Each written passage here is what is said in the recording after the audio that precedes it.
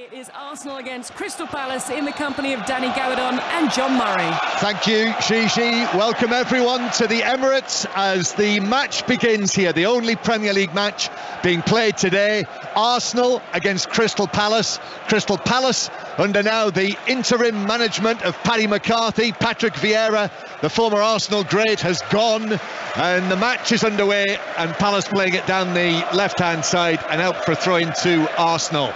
So Arsenal back in action just 3 days after they were knocked out of Europe here, and they're attempting to extend their 5-point lead at the top of the Premier League.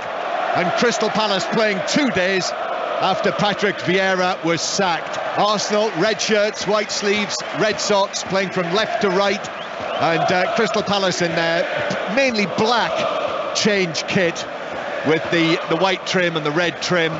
And they suffered a real blow before kickoff because Joachim Andersen, their Danish World Cup central defender, was ruled out with an injury in the warm-up, so James Tomkins has been drafted in. And I'll run you through the teams in full in a moment. We'll get a word from Danny Gabbidon, who's here with us as well. But Arsenal in possession with Odegaard, who goes back into central defence, to Gabriel. There's no Saliba. So Rob Holding has come into the Arsenal team for his first start in the Premier League this season. And he's on the ball now. Rob Holding just gives it to his right to Ben White. And then White hits a ball right-footed over the top that actually hits Saka on the back of the head as he tried to let it float past him. But in any case, he was in an offside position. So 0-0.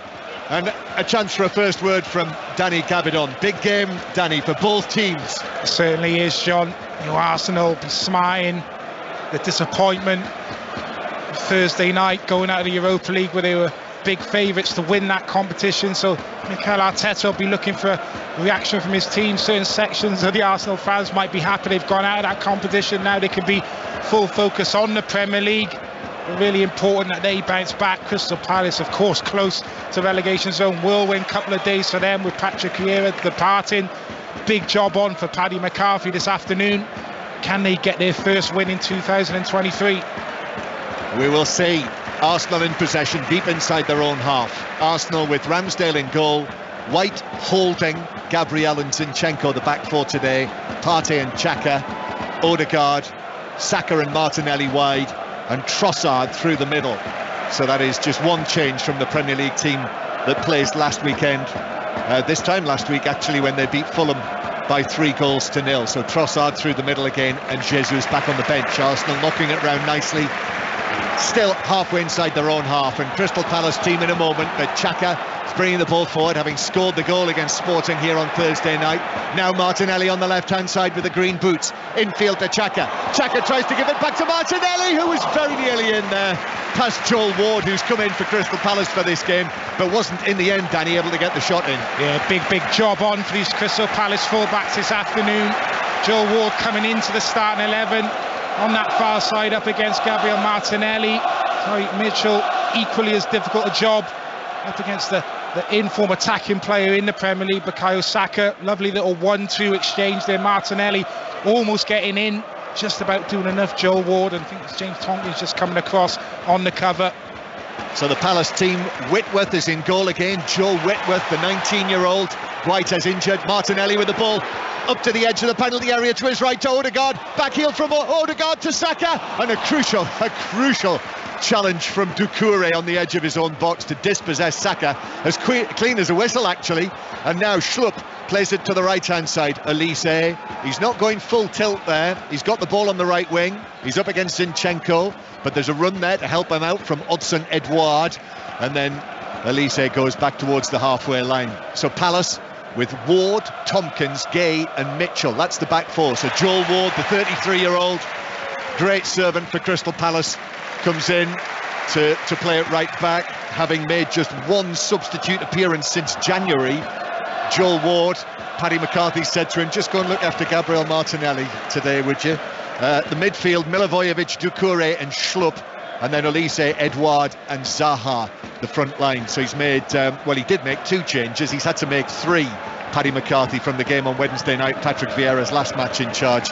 Lokonga can't play against Arsenal. He's on loan at Palace from Arsenal. Klein on the bench, and now the injured Anderson. So how much of a disruption then, Danny, in your position, of course, central defence, Tompkins having to come in for Anderson? Yeah, never ideal, particularly that solid defensive partnership that Crystal Palace have of Anderson and Gay, who have been excellent. Difficult for James Tompkins as well, because I'm sure he probably had his feet up thinking, well, I might not be required this afternoon, so it's a quick change of mindset for him. He has to make sure that he's kind of up to speed right from the get-go. Big blow for Saliba being out for Arsenal as well. I just think he is a magnificent defender, 21 years of age. I think he's transformed, or helped to transform, the way Arsenal have played this season, particularly defensively.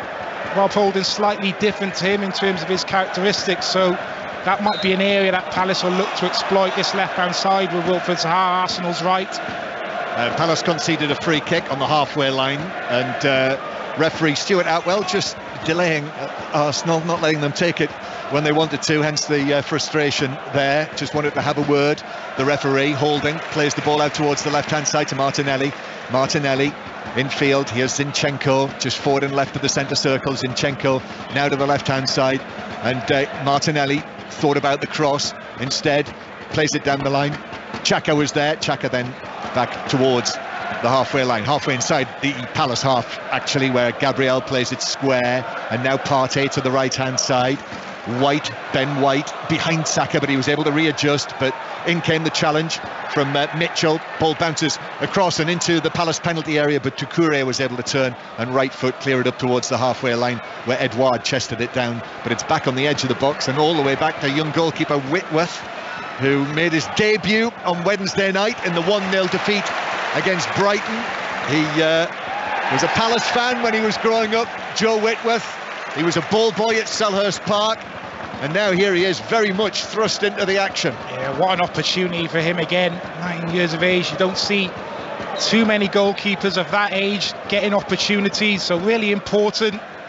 Inexperienced goalkeeper behind that back four. That back four needs to try and protect him as much as possible. Here's Saka on the right. No, he's got that all wrong, and he mishit it up and over and behind the near post, and it's a goal kick to Crystal Palace. So Arsenal 0, Crystal Palace 0.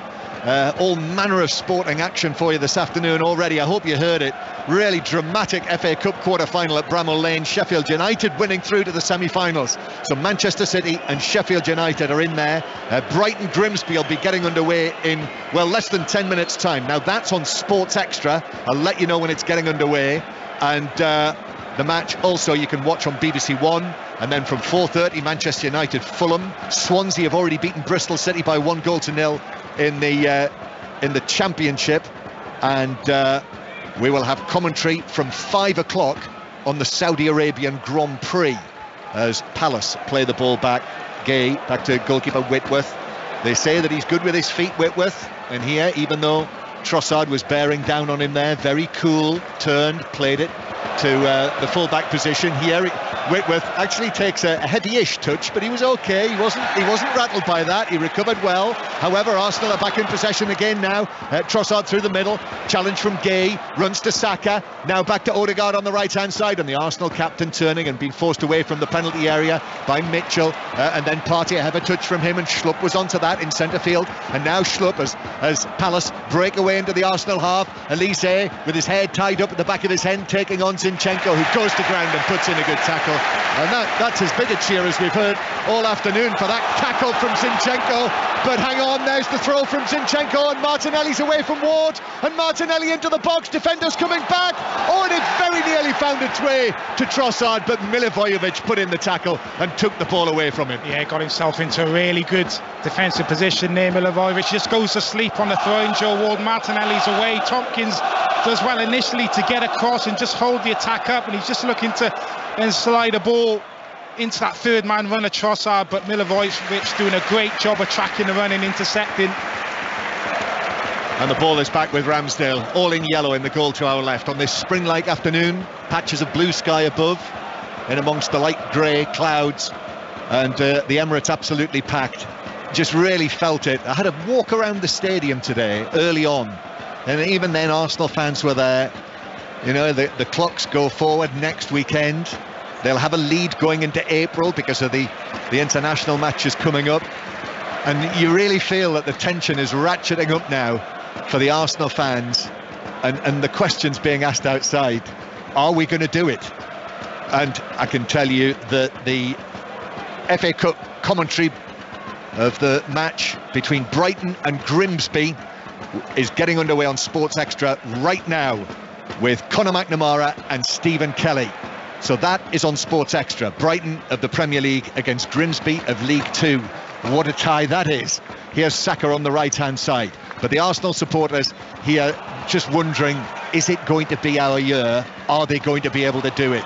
It is a tantalising prospect, and there's a challenge and a half as well for Arsenal from Holding, who was in very heavily, and Zaha breaks away for Palace. Zaha into the penalty area, low shot, hits the post, hits Ramsdale and bounces wide. That could easily have gone in, off post, goalkeeper into the net. It rolled just wide. I think this is an outstanding save, John. I think he actually gets a hand onto the post, then hits the back of Ramsdale and goes wide. But Palace have the players to hurt Arsenal on the counter-attack. They win the ball back. It's a lovely ball played in behind Ben White by Jeffrey Schlupp, and Zaha's away, cuts inside, strike into that near post area by Zaha. Yeah, it's a touch from Ramsdale onto the post and gets that bit of luck, comes back off the back of him and then goes out for the corner. Brilliant save. Super save. Yeah, fingertip stuff down to his right. Prevented him being beaten at the near post. Here's the corner for Palace. It's a deep one to the back post. That's headed away by Holding. Big cheers for Rob Holding, getting his blonde head to that, and good distance on the header away as well. But Palace, having not scored in their last 4 matches, now denied by Ramsdale on the post. And Palace coming again. Elise into the box on the right-hand side, onto his left foot, tried to cross it, but it was blocked by Zinchenko, and it bounces out to Martinelli, who will run it away towards the halfway line. Martinelli shrugs off the challenge from Ward. Still going, Elise. Now Ward trying to get back there. He turns, gives it back to Trossard. Trossard, who's thought about the crossfield pass, and instead goes back into the centre circle. Partey forward to Odegaard, and then Milivojevic was able to get the touch on that. And Mitchell will clear, but still in play. White heads it forward. Odegaard, that was a heavy one from Milivojevic, but referee Atwell says no foul, clean challenge. Then Elise, he might have been fouled by Zinchenko. Referee says no, that wasn't a foul either. Play on Arsenal. Xhaka to Martinelli, halfway inside the Palace half now. Infield it goes to Xhaka, 30 yards out. Granit Xhaka, then left-footed curls one, overhits it all the way through for a goal kick. Referee letting it go there. Yeah, don't mind that from Stuart Atwell if he's going to continue in that vein, as long as he's consistent with that, allows that type of contact for both teams for the whole game. Don't mind it, but just get the feeling it's going to be a long afternoon for Joe Ward out on our right side. Martinelli has got the beating of him pace-wise. He's going to need Elise on our right-hand side, at times Milivojevic to come across and double up and help him as much as possible. Now Swansea City 2, Bristol City 0. Important second goal for Swansea from Olivier Ncham. Odegaard for Arsenal to the edge of the penalty area, blocked away by Gay, but Arsenal again. Partey, lovely pass through. Saka, challenge from Mitchell, and it bounces away, cleared away. Milivojevic back in there near the penalty spot and out for a throw on the right-hand side. Great pass from Partey.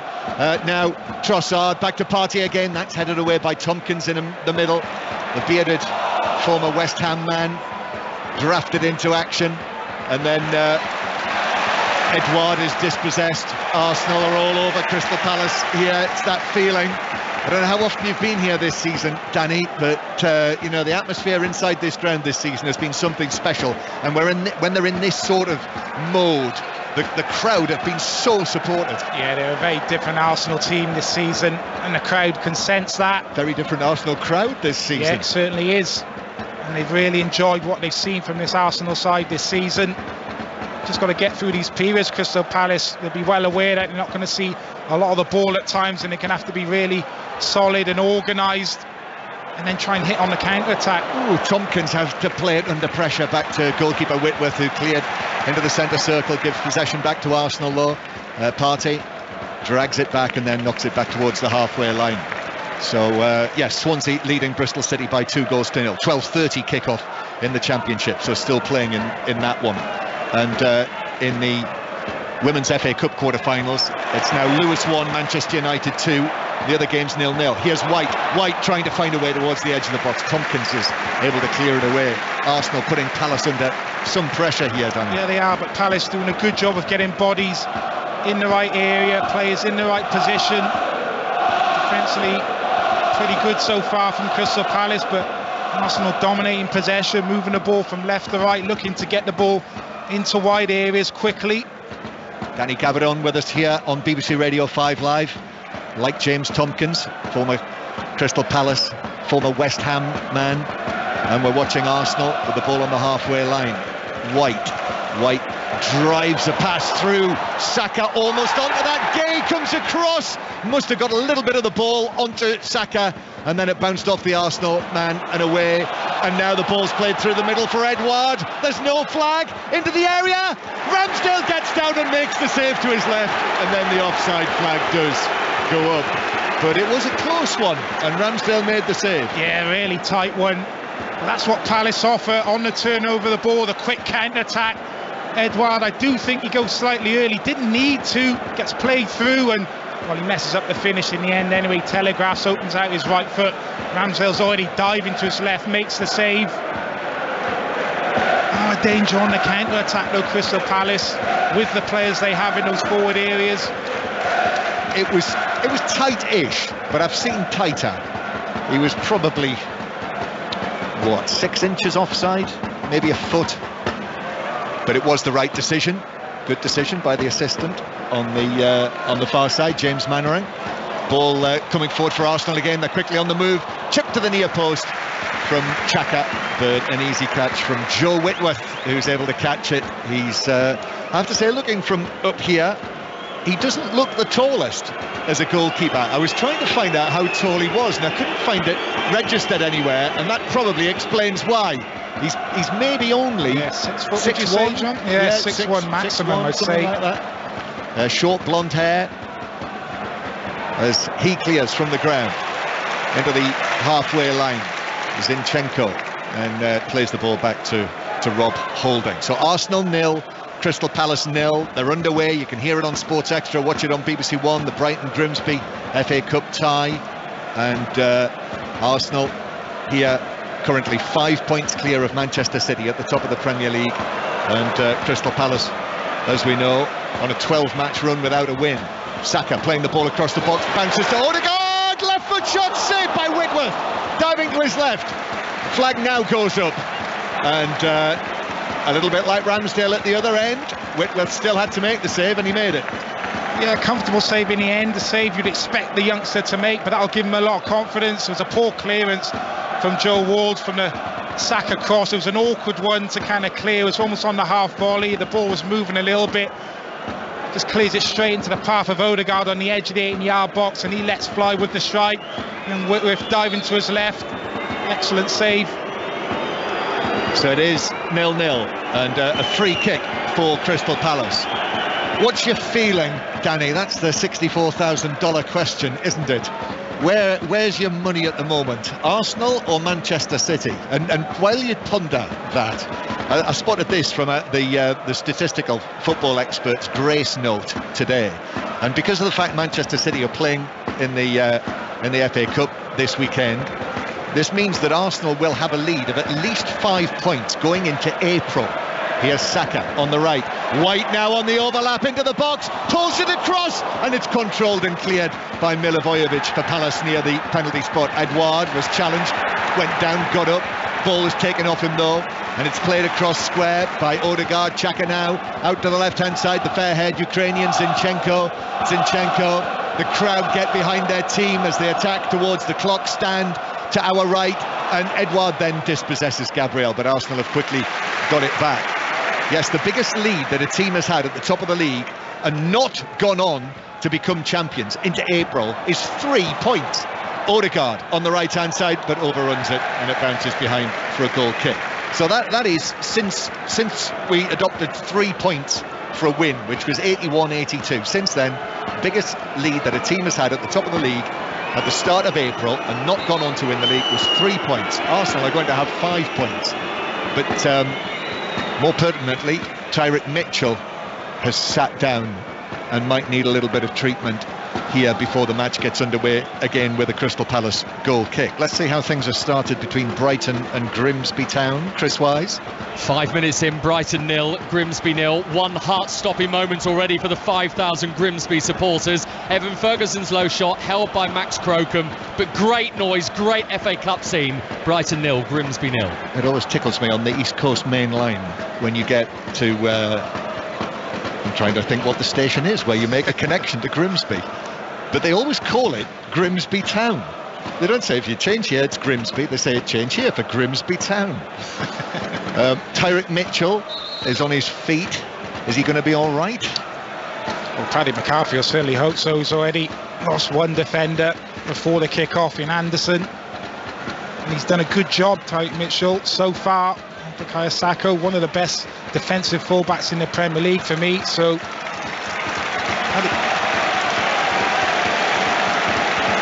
yeah, he's come off the field, so he'll be onto the field very shortly. While the stoppage continues, let's get an update as well from the Women's FA Cup quarter-final between Reading and Chelsea. Sohail Sahi. 19 minutes played here, John. Reading 0, Chelsea 0. One chance for either side. It came to the holders, Chelsea. It was a mistake by the Reading goalkeeper, Niamh Charles. She was 20 yards away. A right-footed shot just went wide. Reading 0, Chelsea 0. And it is still Lewis 1, Manchester United 2 in the 12:30 kick-off in the Women's FA Cup. Mitchell still not back on the field, walking to the halfway line, and now is sent back on. Play gets back underway. Arsenal 0, Crystal Palace 0. Odegaard back to Gabriel, and then it's cleared away by Odegaard, and back to Brighton and the FA Cup, because, Chris, the Grimsby resistance lasted 6 minutes. They're behind. Brighton 1, Grimsby 0.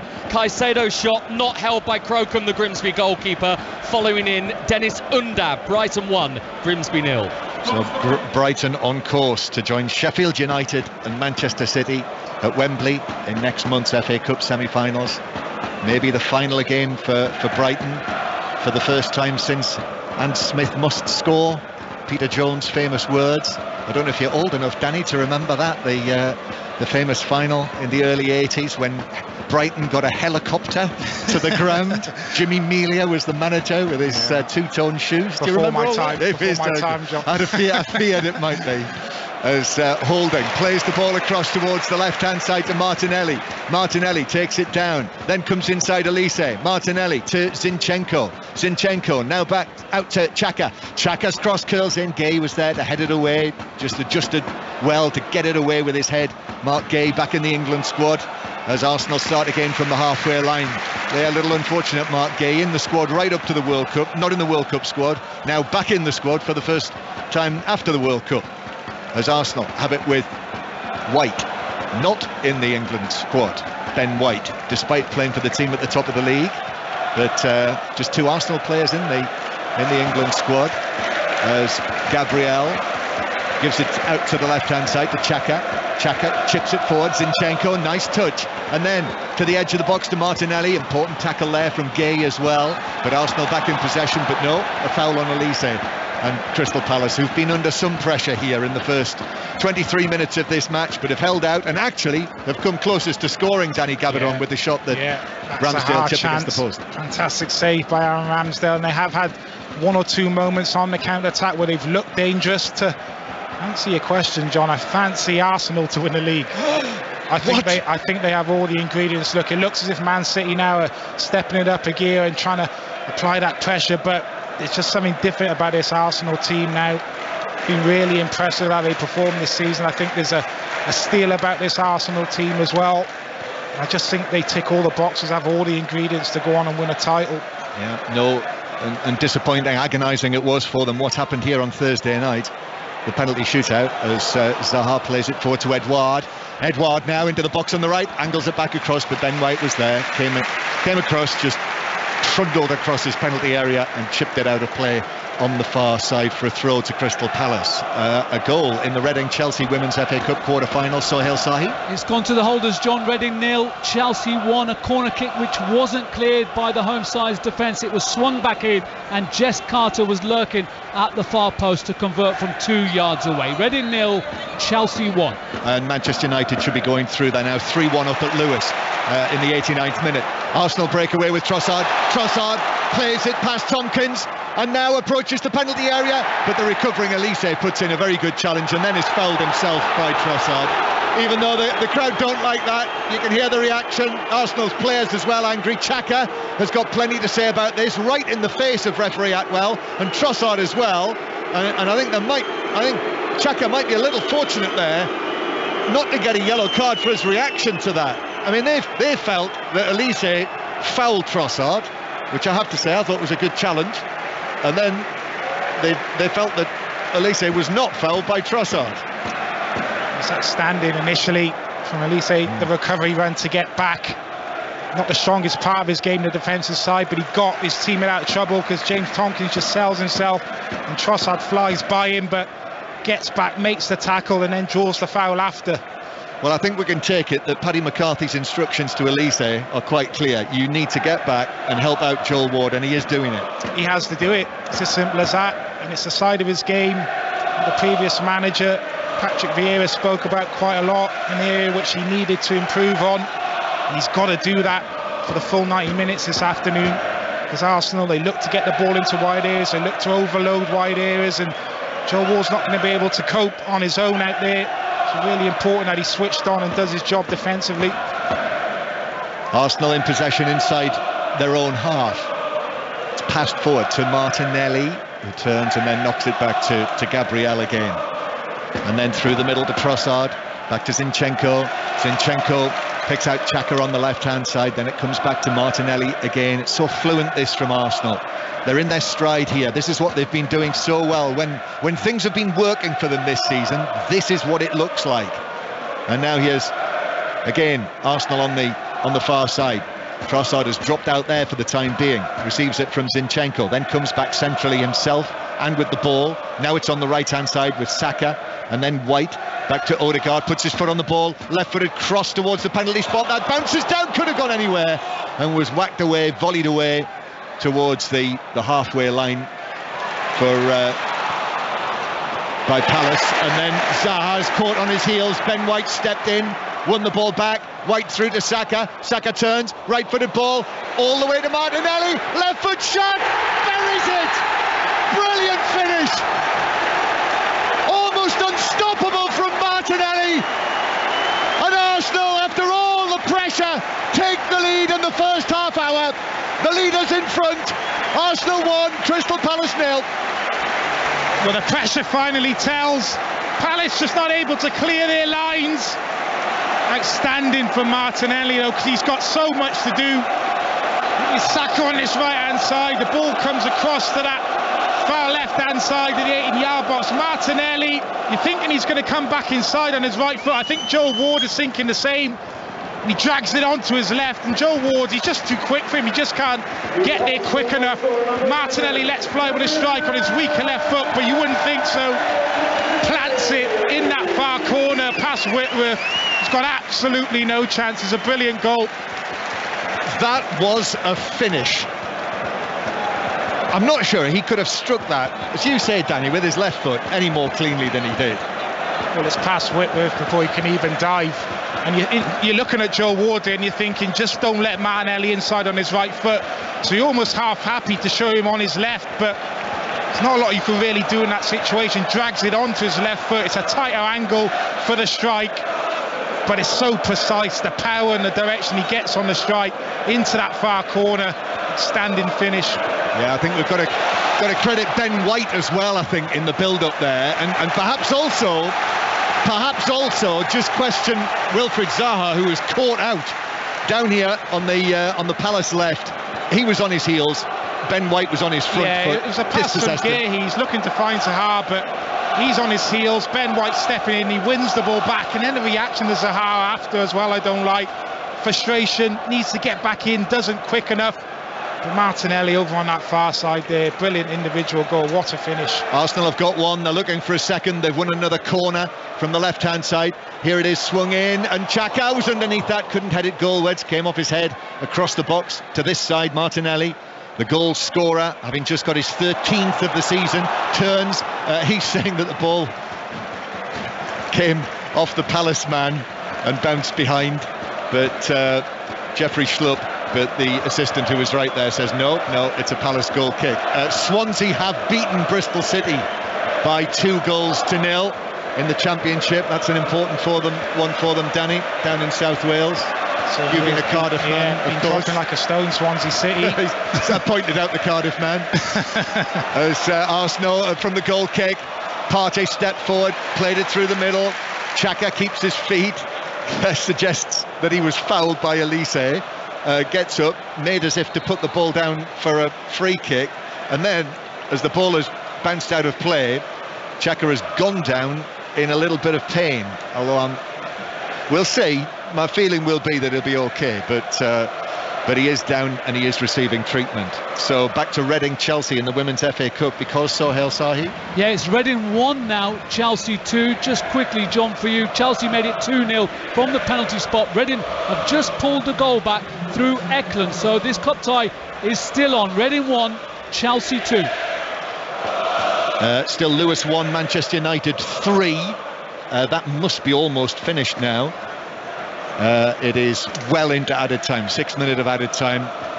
It is Birmingham 0, Brighton 1, and Aston Villa Manchester City kicks off at 6 o'clock. So what's the news on Xhaka, Danny? Is he going to be all right? Yeah, he's just hobbling away there, but he's made a strong stuff. Getting a round of applause on that far side from the Arsenal fans. I'm sure he will be straight back on. Yes, I have a feeling, even though he's got a limp as he walks off the field. So Palace 1-0 down. Crystal Palace, who failed to score in their last 4 matches. I was listening to Statman Dave on 5 Live Sport yesterday afternoon. It wasn't pretty listening for Crystal Palace about all of the various expected goals numbers. They were not good for Palace at all. However, they should have taken the lead here, or could have taken the lead, let's put it that way. Well, they should have, and look, you're not going to get too many chances up against this Arsenal team. Maybe 3 or 4 counter-attacks in the game, so you have to be very clinical with the chances that are presented to you. Arsenal are back at them already, and Gay's pass across the edge of the penalty area was just a little strong. Milivojevic just got there, and then Edouard goes down rather easily. Not sure how much contact there was from Gabriel, but it is given as a Palace free kick. Yeah, I feel for Joe Ward in that situation with the goal, because Martinelli picks the ball up in the 18-yard box, so straight away you're not really wanting to get too tight and make a challenge, so that fear of giving away a penalty. But when you've got a player that can kind of go either way, it's almost impossible to defend against. You know, Joe Ward's thinking here, don't let him back inside on his right foot, so you almost overcover a little bit, but he just drags it onto his left, and he's equally as clinical on his left side. Impossible to defend against at times, that. But thumping finish, as we've said, from Martinelli. Scored against Fulham last Sunday. Had his penalty saved, of course, on Thursday night, if you remember. That was the crucial moment, so that's a great comeback from him to respond and score Arsenal's first goal of this match, a match that could see them go 8 points clear of Manchester City going into the internationals, as Arsenal take the throw with White down the right. Here's Saka, he got an assist for the goal, yet another assist for Bukayo Saka, but runs into trouble here, runs into Palace, who clear it to the halfway line, but Edouard, it just bounces off him, and Arsenal have got it back, and Partey will just tap it to his left to Gabriel. He's got to be better in those situations when that ball goes into his feet. He's got to be stronger, he's got to hold the ball up and allow this Crystal Palace team to get up the pitch. At the minute it's just kind of bouncing off him, and Arsenal are just winning the ball back. Manchester United are confirmed as the first team through into the semi-finals of the Women's FA Cup. They've beaten Lewis by 3-1 as Ben White tangles with Zaha, makes it look like there's been an arm that has caught him in the face, and whether that was the case, I'm not sure. It was certainly an arm on the shoulder, but he's down and he's back up. What a recovery. He's down, holding his face, rolling around, and then suddenly sprang to his feet, Ben White, and is ready to take the free kick. Yeah, that right arm of Zaha's nowhere near his face, just catches the top of his shoulder, goes down holding his face. No surprise to see him back up so quick. So the free kick actually is going to be taken by Partey.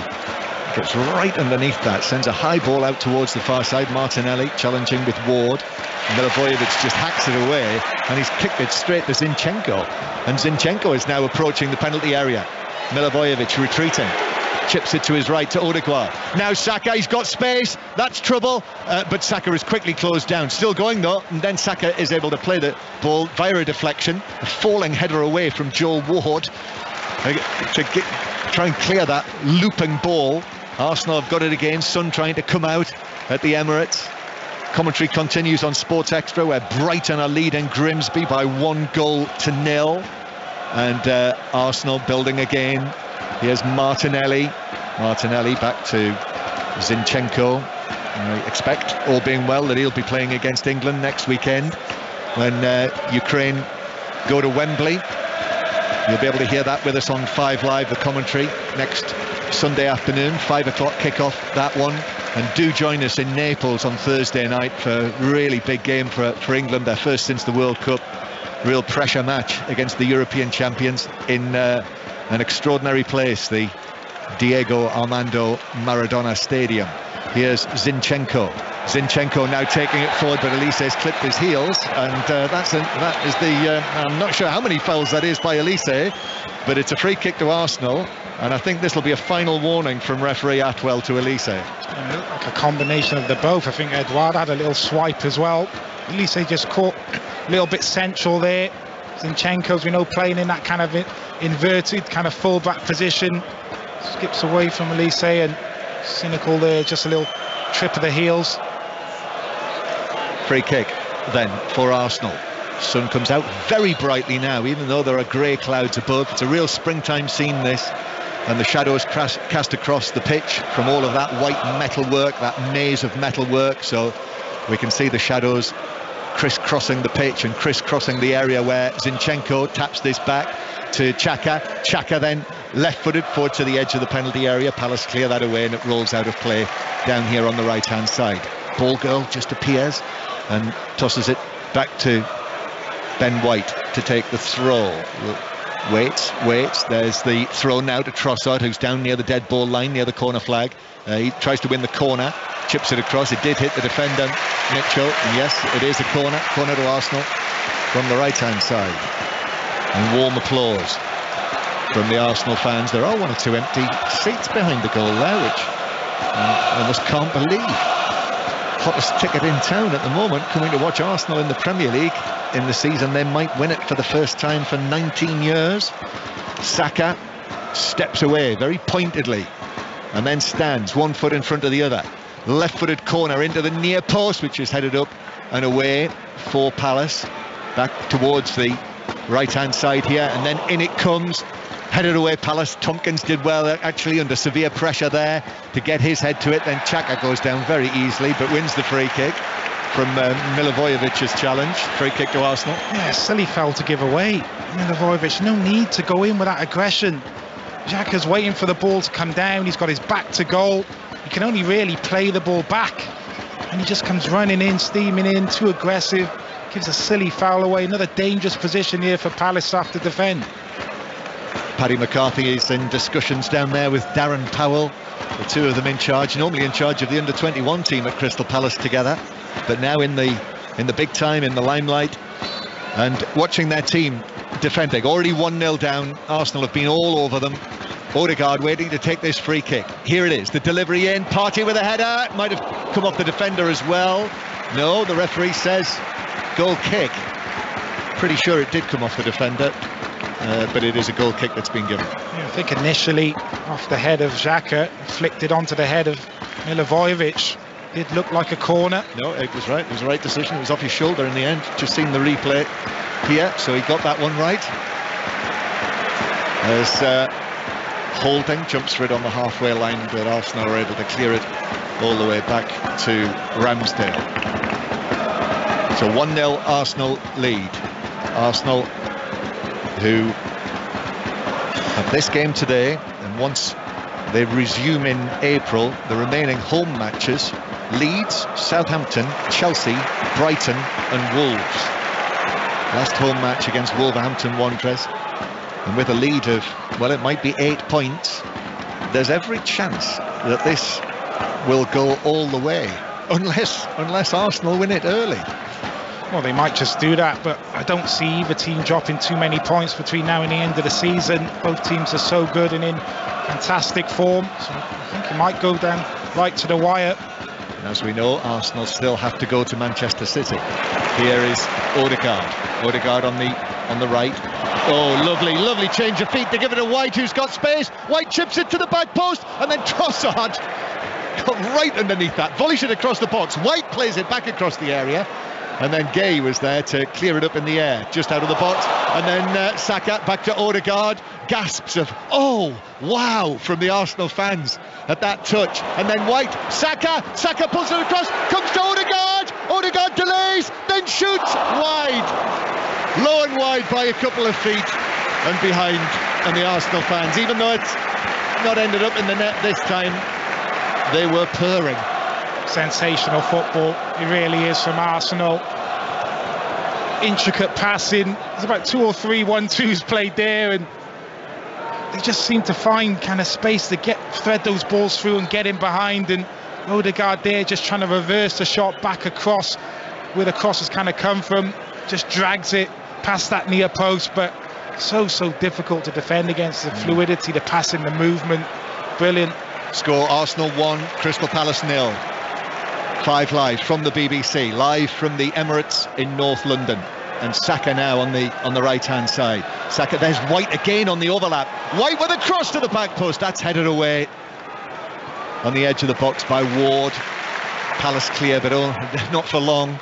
Arsenal are suddenly back at them. I say, watching Ben White here, you know, that for him not to be in the England squad when he's had, you know, very often being the starting man. I know Tomiyasu's been back in the picture, but obviously out injured at the moment. But the way that he's overlapping, driving forward from right back. Here's Saka now, you know, who would obviously be in the England team as well. Saka, left-footed cross, that's headed away by Tompkins, comes out to Zinchenko, and then forward again to Odegaard. Odegaard running it away, he's under pressure, but he finds the pass into space. Gabriel, they wanted him to shoot. Now on the left-hand side, Xhaka, Zinchenko, they're wanting him to shoot. Xhaka's ball across, it's gone all the way between all of the players in there. Trossard, Odegaard, defenders. Saka though collects it again on the right, receives it back. Saka! 2-0 Arsenal. Ben White just laid it back into him, and Saka doubles Arsenal's lead. The two of them were involved in the creation of the opening goal. Now they combine together to make it Arsenal 2, Crystal Palace 0. It's just sensational football again. It's like watching the Red Arrows, the way they come at you, and Palace just not able to cope with it. Initially get in on the far left-hand side, a ball fizzed across the 6-yard box, comes back out to this right-hand side. And I have to say, Tyreek Mitchell's done a decent job of containing Bukayo Saka. The minute he leaves him, and it's Wilfred Zaha's job to follow him, he doesn't. He switches off, ball gets played inside in, and Saka just guides it low into that far corner past Whitworth. It's a really good finish again. Arsenal are purring right now. Sensational football. Just passed it in on his left foot, didn't he, from an angle on the right-hand side. But they just opened Palace up, really. I mean, Palace just can't cope with the movement. They can't. But so many teams have been unable to cope with Arsenal's movement this season. Yeah, so true. You know, the movement, the fluidity, the timing of the passing. Oh, possible offside. Do you know, I thought he was on, I must say. I did look at offside. Looking at the monitor. Yeah, that looks on. But depends where they draw the lines, Danny. They've drawn the lines in the right place. The goal is given, and Crystal Palace kick off 2-0 down. So Arsenal, surely you would think, on the way to victory. And in fact, Milivojevic has been dispossessed, and Trossard now shoots. It's deflected wide of the goal. And an Arsenal corner. No let up from Mikel Arteta's team. Before the corner though, back to Brighton, Chris Wise. Settling into it now, they're still trailing Brighton by a goal to nil up towards the half-hour mark. Undav with it for the Seagulls. He has had another chance though. March's delivery from the right. Undav's header held by Max Crocombe. Brighton 1, Grimsby 0. Commentary continues on Sport Extra. Watch it on BBC One or the iPlayer. Corner then to Arsenal. They want 3 before half-time. The ball is played in low, poor connection actually by Trossard on the far side, so Palace were able to clear it away quite comfortably. And then a spiralling Zinchenko went to ground, but was still able to hit the ball away for Arsenal. And then Ramsdale, long ball downfield from him. Saka's over on the left-hand side. I beg your pardon, it's Partey over on the left-hand side. Then it comes back centrally to Saka. Now Odegaard thought about the shot, little tap into the area, and Gabriel is still up there. And now it comes centrally, and Partey shoots, and Whitworth diving to his left, but it bounced wide of the post and behind. And we're into 3 minutes of added time at the end of the first half, and Arsenal have put on a show for us, Danny, today. Yeah, they certainly have, and Palace just need to try and stay in the game, keep this at 2-0 going in at half-time. Arsenal dominant, rampant, all over Crystal Palace. We're starting to look disjointed. Wilfried Zaha, his part in the second goal, defensively switching off, allowing Saka to get in behind him. You're just going to get punished with the quality that Arsenal have. It's as simple as that. So Palace with the ball inside their own half. I mean, they've barely been out of their own half since Arsenal took the lead in the 28th minute, and before that were only occasionally out of their own half, as Tompkins steps forward with it and plays the ball to Zaha on the left hand side. Wilfried Zaha absolutely surrounded by red and white, but he does well, almost found a way through, played it to Edouard, and then Zaha actually went down on the edge of the box, and then Mitchell swings it in, but too much on that, beyond the far post, and all the way through for a goal kick. And just no conviction really as Palace came forward. Well, they're half opportunities for Crystal Palace. No excuses for Tyreek Mitchell there to overhit the cross. He's got time and space on this left hand side. Just doesn't show enough quality with the cross. You're not going to get too many moments like that in the game if you're a Crystal Palace player. Needs to be better quality. That's one or two more questions at that Arsenal back line. And Paddy McCarthy, your old teammate down there on the side of the pitch, how will he be approaching this, do you think, knowing him as you do? Oh, welcome to management. This tough assignment for him.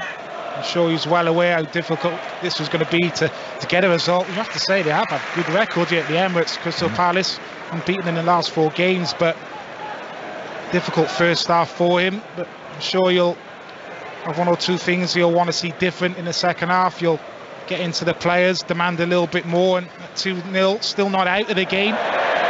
Gabriel cheered because a little shimmy took him away from Elise, who slipped. So Arsenal have still got it inside their own half. Do you think he's the sort of guy that has big ambitions then in the coaching world? I suppose if you get involved in that, you almost certainly do, don't you? Yeah, 100%. You know, I did 2 of the 3 coaching badges with him when I was a Crystal Palace player, and you could see straight away that he had that kind of managerial personality in him.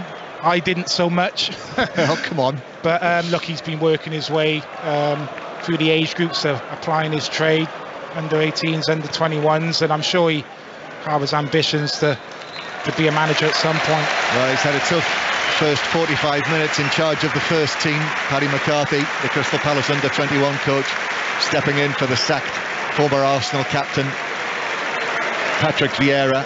Just grabs a water bottle as he turns to his left and walks away as that extending red Arsenal tunnel comes out, and he disappears from our view. But I don't think he nor many other managers in the Premier League will have seen their team do any better than they did against Arsenal today, who have been in the mood. 2-0. Yeah, and you'd expect that. The disappointment of midweek Thursday night against Sporting, he would have demanded a reaction from his players, Mikel Arteta, and that's exactly what he's got. Crystal Palace probably had the first best chance of the game. Excellent save by Aaron Ramsdale from the strike from Wilfried Zaha. But once Arsenal got their kind of passing and their movement and their fluidity going, they really have dominated the game. 2 fantastic goals. I think Paddy McCarthy will look at it from a defensive point of view and he'll feel maybe his team could have done better. But when Arsenal start kind of purring like that, they're a very difficult team to stop. So very difficult to see Crystal Palace getting back into this game. Very, very difficult. So Martinelli's 13th goal of the season, Saka's 12th, and at half-time here at the Emirates, it is Arsenal 2, Crystal Palace 0. Danny, as you said, that Mikel Arteta has got the reaction he would have wanted from his Arsenal players, and at times during commentary you have described the football that Arsenal is playing this afternoon against Palace as sensational. Yeah, and it's been like that for most of the season, I have to say. They've played some terrific football, probably the best in the league for me this season. You look at the development of this Arsenal team, the young players, a year on, a season on, have developed and they've added more quality. The likes of Martinelli, Saka adding kind of goals to their game, and just the way Mikel Arteta's kind of got this team playing, the team understanding, the team chemistry, the way players move into different positions, the timing of the passes to play players in, and then obviously the quality they have in the final third is so clinical when chances are presented. It's just been very, very difficult for this Palace team in the first half. I think Paddy McCarthy would have been happy to kind of get through the first maybe 20-25 minutes, but it only takes one player to lose a little bit of concentration, a player to switch off, and this Arsenal team are so good at punishing you. So I think Mikel Arteta will be delighted with that first half, delighted with the reaction of his players from Thursday night, and you'll be well aware this is obviously a big opportunity to apply a little bit more pressure to Man City and go 8 points clear in the Premier League. So far so good from an Arsenal point of view. And Danny, you do fear for Crystal Palace in the second half if Arsenal continue to play like they are. Is there anything that Paddy McCarthy can do to try and stem the flow? I don't think so. I really don't. Goals have been an issue for Crystal Palace all season long. Defensively, they've been pretty good, but the quality that Arsenal have, they really have looked disjointed in that first half. I don't really know what Paddy McCarthy does or says in the dressing room at half-time to change too much, really. I think it's a little bit more about kind of keeping the score down, stay in the game at 2-0, maybe one or two more counter-attacks in the second half. They can be a little bit more clinical with the chances that maybe they're able to create, but it's so difficult when you come up against this Arsenal team. They are so good, so difficult to play against. Danny, John, thank you very much for now. We'll be back with our commentary team at the Emirates for the second half. Earlier today, Sheffield United beat Blackburn Rovers by 3-2 to reach the FA Cup semi-finals. An absolute worldie from Tommy Doyle, who we're going to be hearing from very shortly.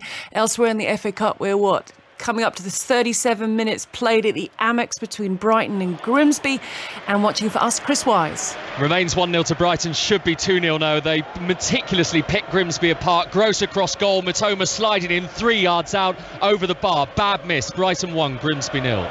Chris, thank you very much. Today, all 4 quarter-finals in the Women's FA Cup are being played. I think the half-time whistle, Reading-Chelsea, has gone, or it's about to go, and there for us, Sahel Sahi. Yeah, it's half-time here, Gigi. It's Reading 0, Chelsea 2. Chelsea in control, and they're heading into the semi-finals. Jess Carter with the opening goal after 23 minutes. They double their lead from the penalty spot after Niamh Charles was hauled down. Marianne Mayeld, she converted. Reading 0, Chelsea 2. Thank you, Sahil. Elsewhere, and it's a day for the away teams, because full-time Lewis 1, Manchester United Women's 3, and at half-time it's Birmingham City 0, Brighton 2. You've heard about Chelsea leading away from home, and the fourth quarter-final, that's this evening, 6 o'clock kick-off, Aston Villa against Manchester City. And just to say that Swansea's 2-0 win at home to Bristol City in the Championship, that moves Swansea from 18th to 16th in the table.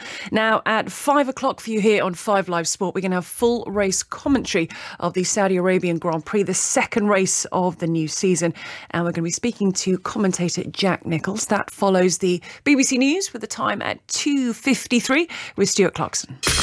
Listen on BBC Sounds. This is BBC Radio 5 Live. Thank you. Good afternoon. There's been angry reaction in Ukraine to the Russian President Vladimir Putin visiting Mariupol, a city which his forces captured last year. An aide to the Ukrainian president called the trip cynical, and exiled council officials likened Mr. Putin to a criminal returning to the scene of a crime. Switzerland's biggest bank, UBS, is in advanced talks to buy all or part of its troubled rival, Credit Suisse. It's the largest lender to have been caught up in the market uncertainty triggered by the collapse of the California-based Silicon Valley Bank earlier this month. The Government Minister Oliver Dowden says a pay deal offered to NHS staff is fair to nurses and fair to public finances. Unions, including the Royal College of Nursing, Unison and the GMB, have recommended that members accept the offer. And the BBC understands John Lewis is at the early stages of changing its staff-owned business model. The company's been 100% owned by staff for more than 70 years, but it's reported to be exploring altering its mutual structure to raise new investment. The company says staff will be the first to hear about any changes. This is 5 Live Sport with Gigi Salmon. What an afternoon we're having, and still plenty more action to come for you here on 5 Live Sport. Now, earlier today, you would have heard Sheffield United booking their place in the semi-finals of the FA Cup, beating Blackburn Rovers at the death by 3-2 at Bramall Lane. Tommy Doyle with a long-range, phenomenal strike to win it at the death. Berger on the ball for Sheffield United. It's played back here, edge of the box. Shot's driven. Oh, what a goal! What an unbelievable goal from Tommy Doyle. The Manchester City youngsters take an aim from 25 yards. He's absolutely smashed it into the top corner. Has it at all sunk in, the goal you struck and the fact that Sheffield United are going to Wembley in the semi-final? No, it feels good. You know, I do expect stuff like that from myself, to be fair. You know, I probably should score a little bit more than I do, so now to finally get involved in the goals, especially a goal like that, is special. Now, speaking to TV, because everyone's going to say, how did it feel? Describe it for us. You said, I just gave it a good wallop. Yeah, it just set lovely for me. I just thought, I'm going to wallop it, and yeah, it went in, which is a good feeling, and obviously the fans were amazing, which makes it even better.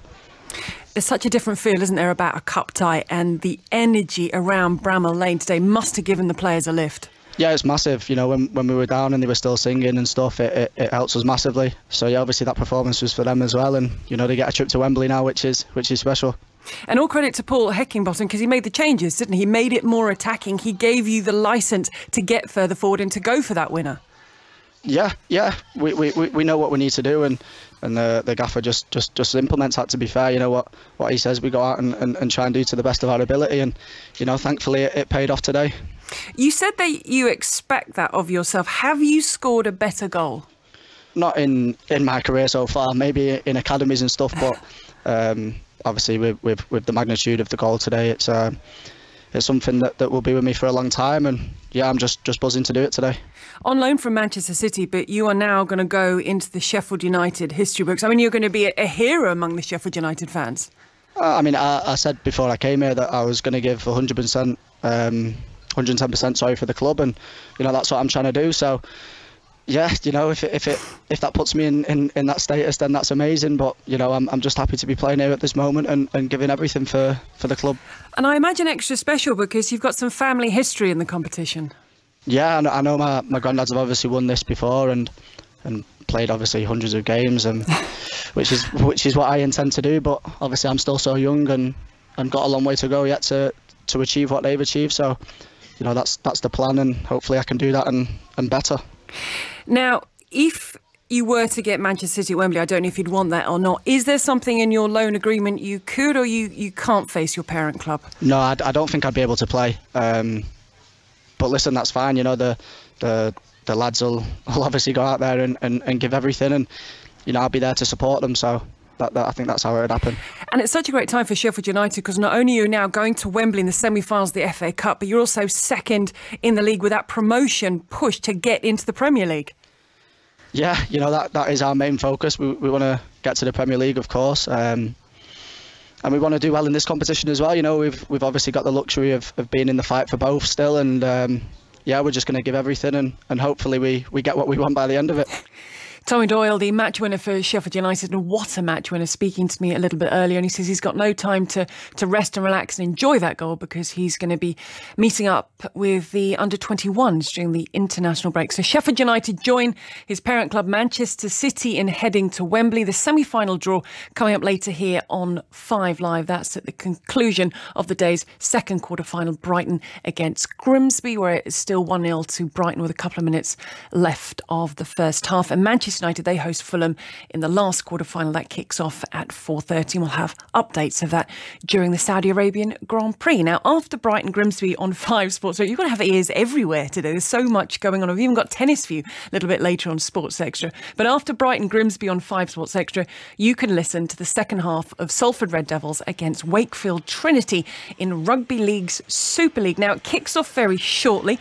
Correspondent Dave Woods, you are going to be starting your commentary on the BBC Sport websites an app in a moment, so we appreciate your time. And the question has to be, having played 4 and lost 4, any chance that Wakefield can get themselves going today? Well, not only lost 4, but the last 3 games they haven't scored a single point. And if that happens again today, you've got to go back to 1931 and witness the last time a top-flight team failed to score a point in 4 consecutive games. They're up against the Salford side, who, when the mood takes them, can rip anyone apart. And as proof of that, when Wakefield came here last year, they lost 74 points to 10. So nothing is pointing in Wakefield's favour today. However, their cluster of fans who've come over will be hoping for a rejuvenation of sorts today. And if Salford, who actually scored 60 points against Hull last week, do have an off day, then there's a chance. But I think most people are expecting a big win here for Salford today. Oh dearie me, that doesn't bode well for Wakefield. So Dave's going to be starting commentary very shortly on the BBC Sport website and app, and then picking up on Sports Extra a little bit later after Brighton against Grimsby. Now, F1 for you a little bit later. Commentary Saudi Arabian Grand Prix, the second race of the season from 5.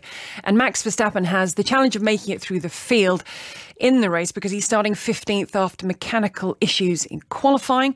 So his Red Bull teammate Sergio Perez is on pole. Very happy to say that commentating later, but with us now, Jack Nicholls. Jack, always lovely to speak to you. But when it comes to Max Verstappen, not the best few days, because not only is he going to be starting 15th today, but I believe he arrived in Saudi Arabia late due to illness. Yeah, had a bit of a stomach bug, did Verstappen, and said he was kind of over it now, but it had been a rough few days for him. And yeah, got a little bit rougher yesterday with a drive shaft failure in qualifying. So starts 15th on the grid, but we've seen him come through the field many times last season to still win Grand Prix, and such was his dominance in Bahrain that I think he's got a chance of a podium, maybe even the victory still. It's going to be an interesting race. But a good chance as he is weaving his way through the cars and through the race for his teammate Sergio Perez maybe to kickstart his own title bid, because we're looking for someone else to have a title bid against Verstappen. We're looking really hard, and maybe it will be Sergio Perez. The other Red Bull driver has struggled a little against Verstappen over the last couple of years, but as you say, he starts on pole. I think what would be really interesting is if Verstappen ends up getting into second place, catching the back of Sergio Perez, what happens there? Because there was a lot of controversy between the two of them last year with team orders in Brazil and Verstappen accusing Perez of intentionally crashing in Monaco last year in order to secure a better grid slot. So that'll be really interesting if the two of them end up going wheel to wheel later on. And I know we're going to talk about this a little bit more in depth later, but the race in Saudi Arabia last year, we had the missile strike on the nearby oil field. How has everyone felt about going back there again this year? I think some drivers have sort of raised concerns naturally. Lewis Hamilton added that F1 was duty-bound to raise awareness of human rights, and a lot of the drivers saying they felt a little uncomfortable because of that incident last year, but they were given assurances that there's currently a ceasefire between Saudi Arabia and the Yemeni rebels who launched that missile last year. So nothing's happened so far this weekend, and they'll be hoping that nothing goes on during the Grand Prix as well. Jack, thank you very much for now. That's Jack Nicholls, our F1 commentator. Commentary from 5. There'll be plenty of build-up between 4 and 5. That's the second race of the season. We'll have reaction to all the day's action. We'll weave it in for you. Don't forget, we've got Rugby League following Brighton Grimsby, which is on Sports Extra. At half-time, it is Brighton who lead the League 2 side by a goal. And we've got tennis later this evening. But here and right now on 5 Live, it's back to the Premier League. It's back to the Emirates. And let's see if Arsenal can continue their sensational football in the company of Danny Gabardon and John Murray. Yes, sitting here right at the front of the top tier at the Emirates Stadium, looking down on the tunnel, watching the Arsenal players absolutely bounding back onto the field. Danny Gabardon, they look as though they cannot wait to get going again. Well, I'm not surprised, John, because that was outstanding at times in this first half from this Arsenal team. You just kind of get that feel about them, don't you, this season, where they've been really enjoying their football. Everything seems to be coming together.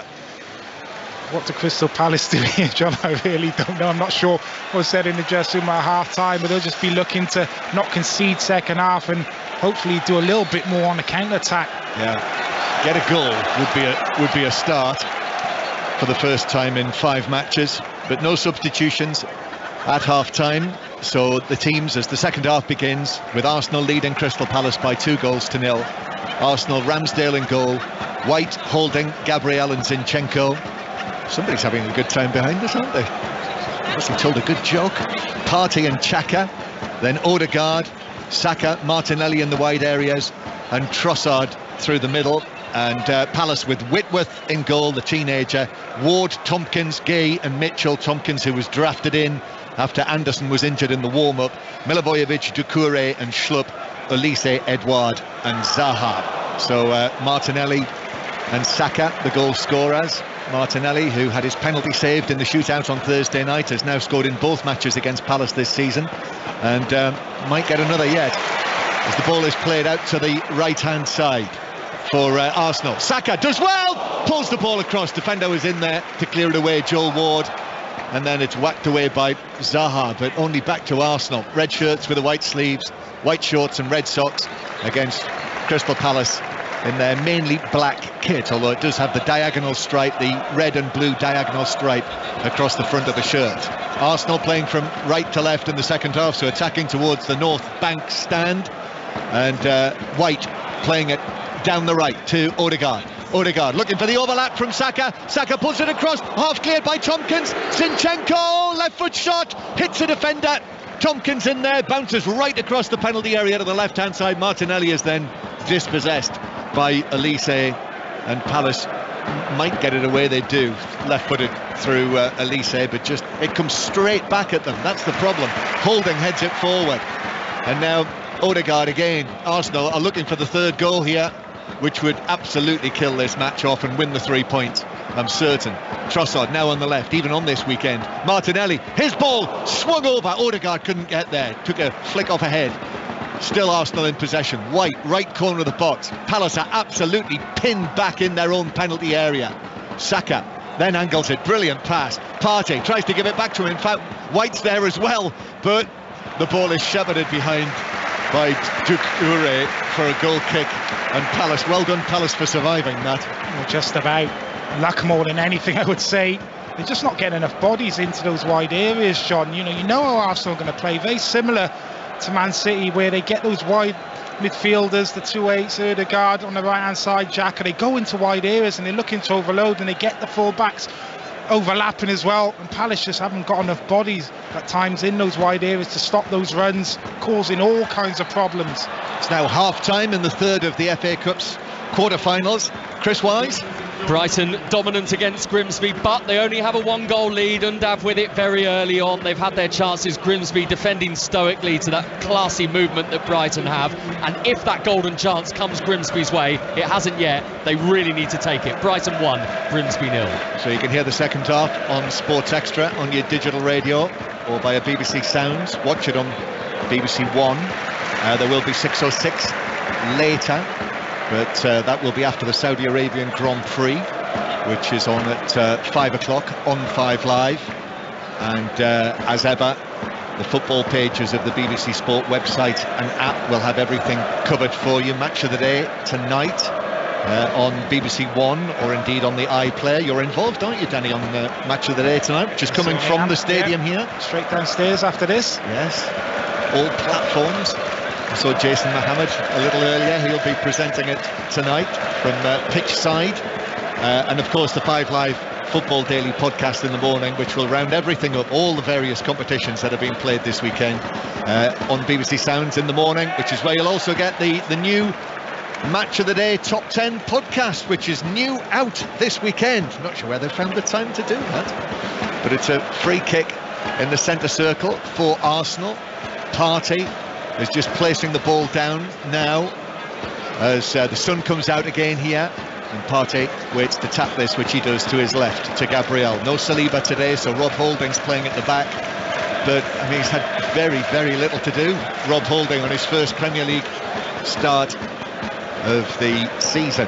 As BBC World Service listeners join us during this 2 o'clock kickoff in the UK, with almost 5 minutes played in the second half, and Arsenal in command, leading through the goals from Martinelli and Saka in the first half, and looking at what would be an 8-point lead over Manchester City going into the internationals, the Euro qualifiers. But Palace coming forward, and here's Schlupp just passes it behind Zaha, so that slows the momentum of the attack. But Zaha now into the penalty area, still going, a weaving run, defenders come in on him, Zaha goes down, It was White, I think, who put in the challenge. Zaha went sprawling, but referee Stuart Atwell was having none of that in terms of a penalty appeal. Yeah, never a penalty. I just wondered if Wilfried Zaha maybe could have just swung the left boot and got a shot away. Gets inside the 18-yard box, chops onto his left foot, but Arsenal do well in the end. They just kind of crowd him out, and definitely not a penalty.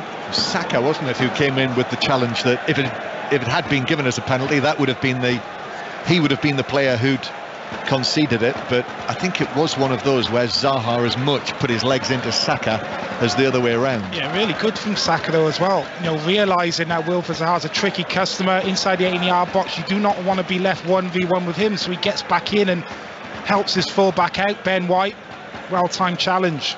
6 minutes played. Arsenal 2, Crystal Palace 0. 6 minutes played in the second half, that is, as Edouard has it on the right-hand side. Paddy McCarthy, he is a casually dressed manager. I suppose you would call him a tracksuit manager rather than the designer managers that seem to be all the rage. Yeah, I think a few of the ex-Palace players we played with were ribbing him a little bit this morning in the group chat, wondering what colour suit he was going to put on. So I think he went safe. He did, very safe. Here's Elise now to Ward on the right-hand side. That's blocked by Zinchenko. Comes out to Elise. A rare Palace attack. Milivojevic now, the experienced Milivojevic, 31 years old, brought back in for this one with Lokonga not able to play against his parent club. Back to Tompkins now to Elise on the right-hand side. This is as sustained a period of attack as we've seen from Crystal Palace in the match. Elise crosses left-footed, but that's headed away by Gabriel. Comes back though to Schlupp just outside the box. Might have been a free kick. Schlupp though played it back to Ward. Ward now picks out Zaha with his pass. Zaha with the ball on his ground, takes on White, shoots, and Ramsdale has to make the save. That was bang on target from a very tight angle, but Ramsdale standing up pushed it wide of the top corner. Yeah, good reaction save from Ramsdale on his near post, because he catches the strike ever so well. Wilfried Zaha. Good sustained period of pressure from Palace. They keep the ball in and around Arsenal's 18-yard box. Ball fired out to Zaha. Lovely skill onto his left foot. Really good strike and a good save from Ramsdale. So it's a Palace corner, their first. So that's progress, Danny. Much better. Corner to be taken by Milivojevic, who's off the pitch. That's the corner where all of the Crystal Palace fans are.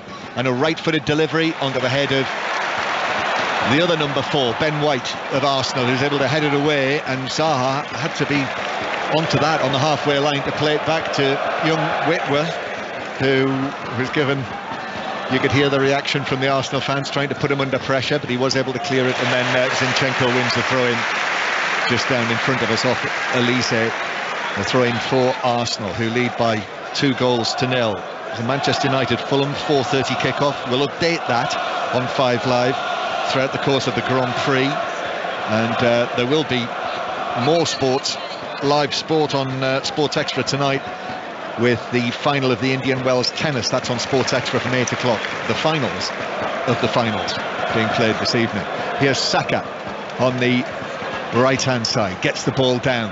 Saka up against Mitchell, but Mitchell's tight on him near the halfway line, puts in a challenge, so Saka has to go back to Holding inside his own half, and then Holding coming forward gives it to Partey, and then Partey just clips it to the left-hand side to Xhaka, and then Zinchenko joins the attack. Zinchenko touches it off, and back it goes now to Gabriel on the halfway line. We're going to go back to the Women's FA Cup quarter-final at Reading, but Arsenal are looking to attack with Zinchenko playing it through the middle to Xhaka. Trossard threw it back to Xhaka. Xhaka forces it in for 3-0. And there is the familiar celebration from Granit Xhaka with his outstretched hand and his thumb on his nose next to the corner flag, surrounded by his teammates now. Beautifully worked again by Arsenal.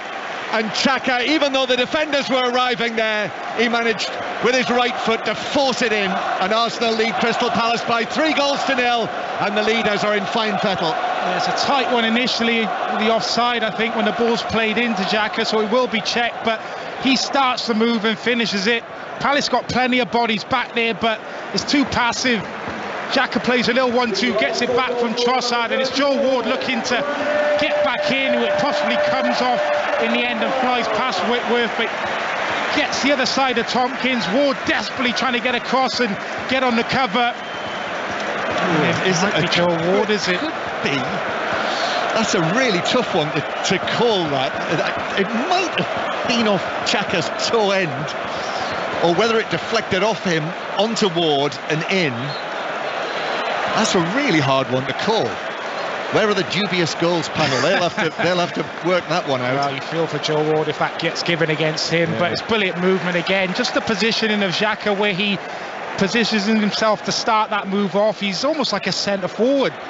He's up against James Tompkins, and the ball gets played into him. He drags Tompkins out of position, but then he doesn't stand still. He's continuing his run as the ball gets played into Trossard, gets back in behind, and then gets a little bit of luck with the finish coming off Joe Ward, I think it was, in the end. I'm going to have a look on. I'm going to see if I can get our official app up and see if I can find who the Premier League are giving that to. But it is definitely Arsenal 3, Crystal Palace 0, and I'm afraid Paddy McCarthy, on his day as interim manager, it might just be this match.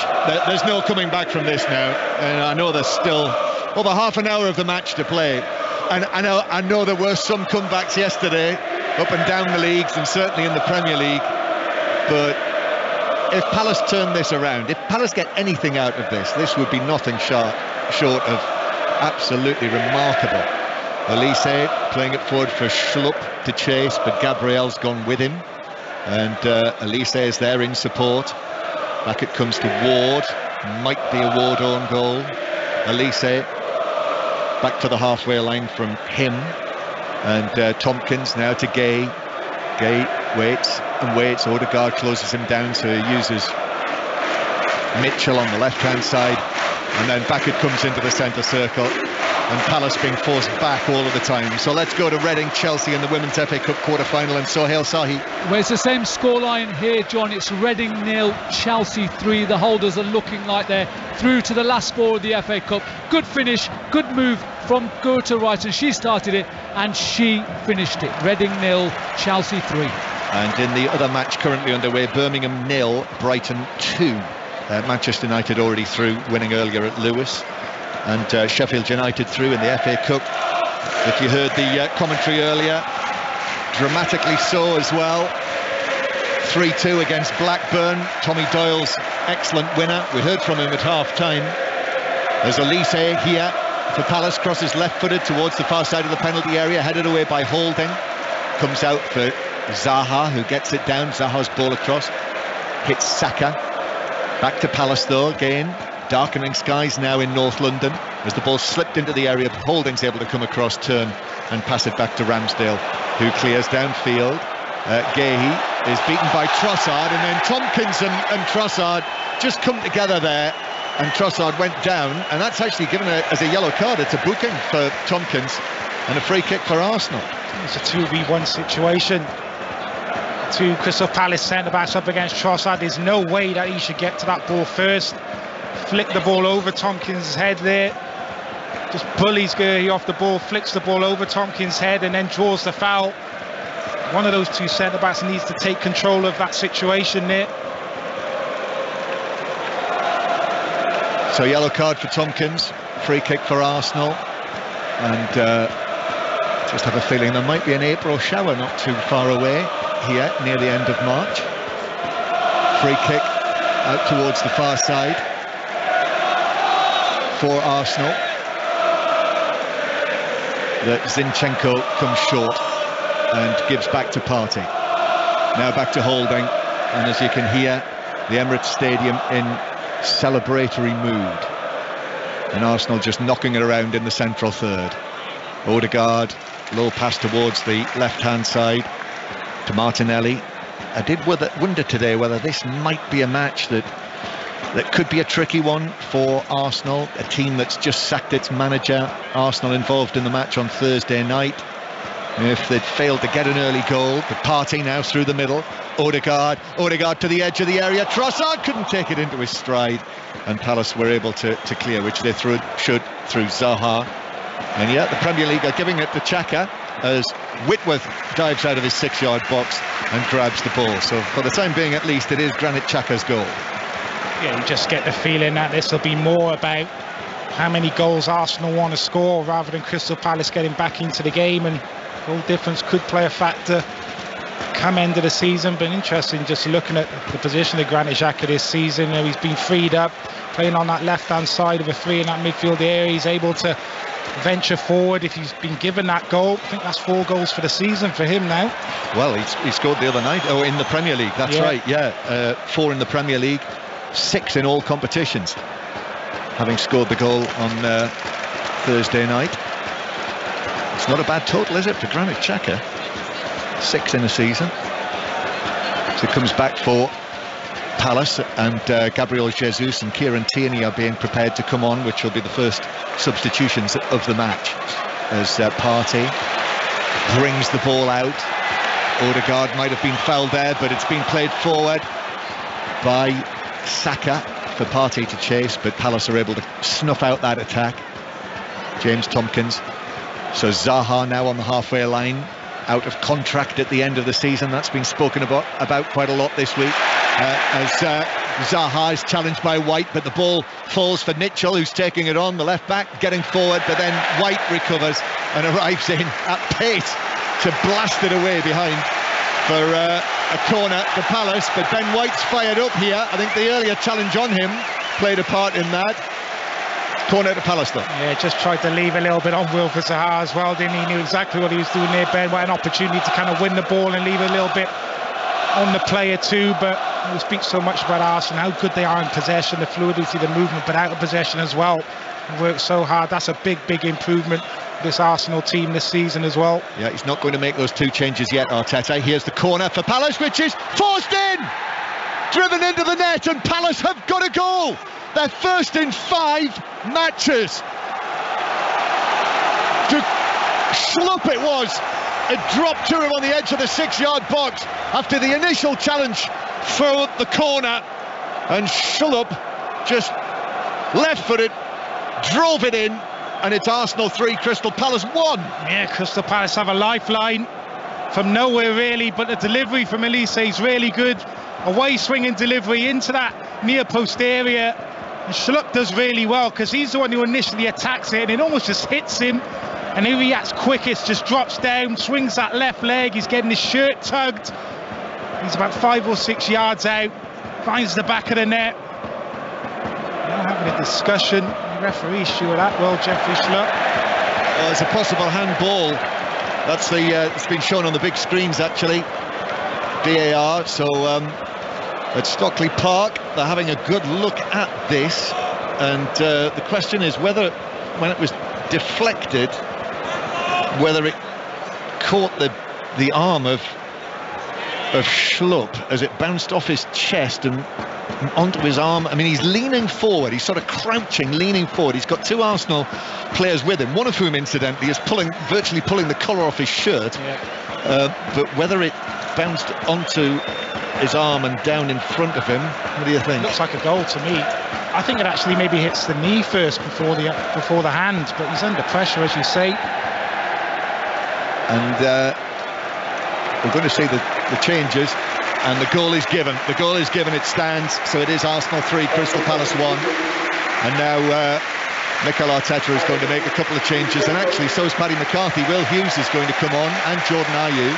But first of all, the Arsenal changes, and certainly Trossard is coming off, because I've seen his number 19. There's been a goal at Brighton, Chris Wise. Well, they scored 1 6 minutes into the first half, and they've scored 1 6 minutes into the second, Brighton. They're 2-0 up against Grimsby. Really classy finish this from Evan Ferguson. Took a touch to bring it down, rolled it into the corner. Brighton 2, League 2, Grimsby 0. So you would think that is Brighton through to join Sheffield United and Manchester City. Commentary continues on Sports Extra. And Gabriel Jesus and Tierney are on for Trossard and Zinchenko, and Palace now bringing on Hughes and Ayew for Milivojevic and Edouard. So double changes for both.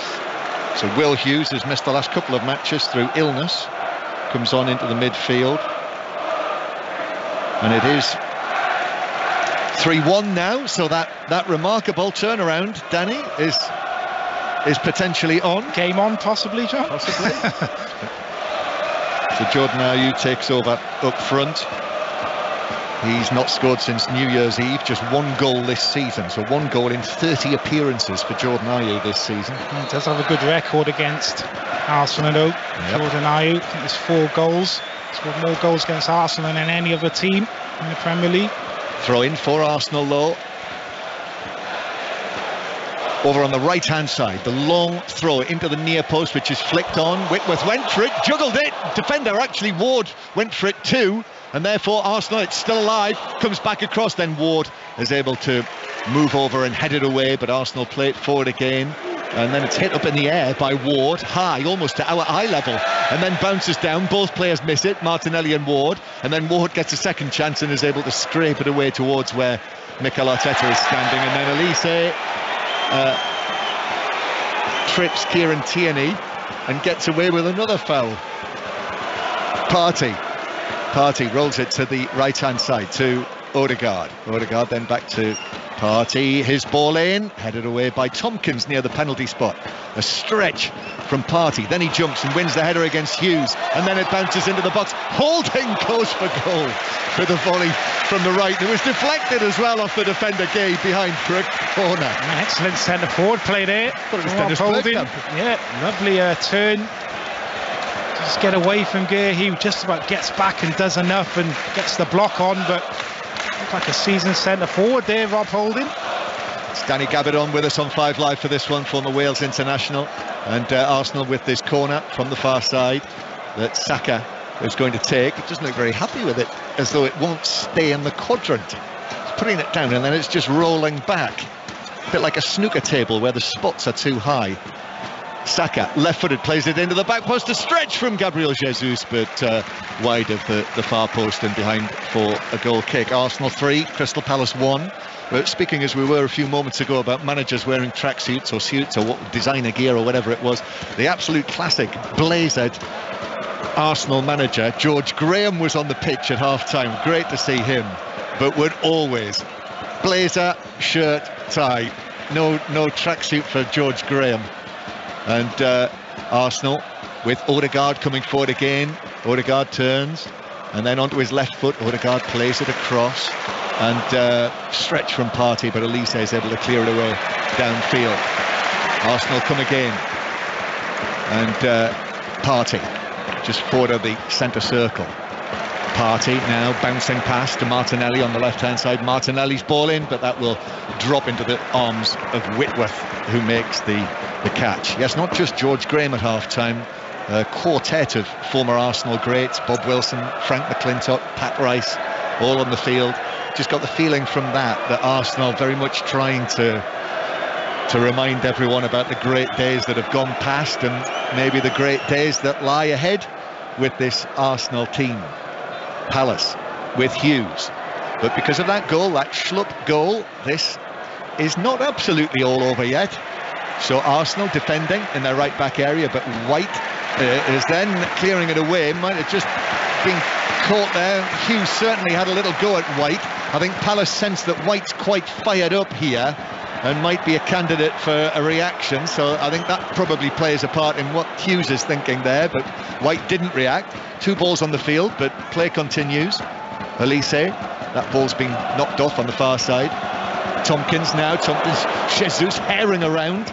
Gabriel Jesus, just his 3rd appearance this for Arsenal since coming back from that knee injury. And then Tierney closes down Elise on the halfway line and it's out for a throw. Yeah, Mikel Arteta will be delighted to have Jesus back at this stage of the season, business end of the season. 45 minutes on Thursday where he performed very well.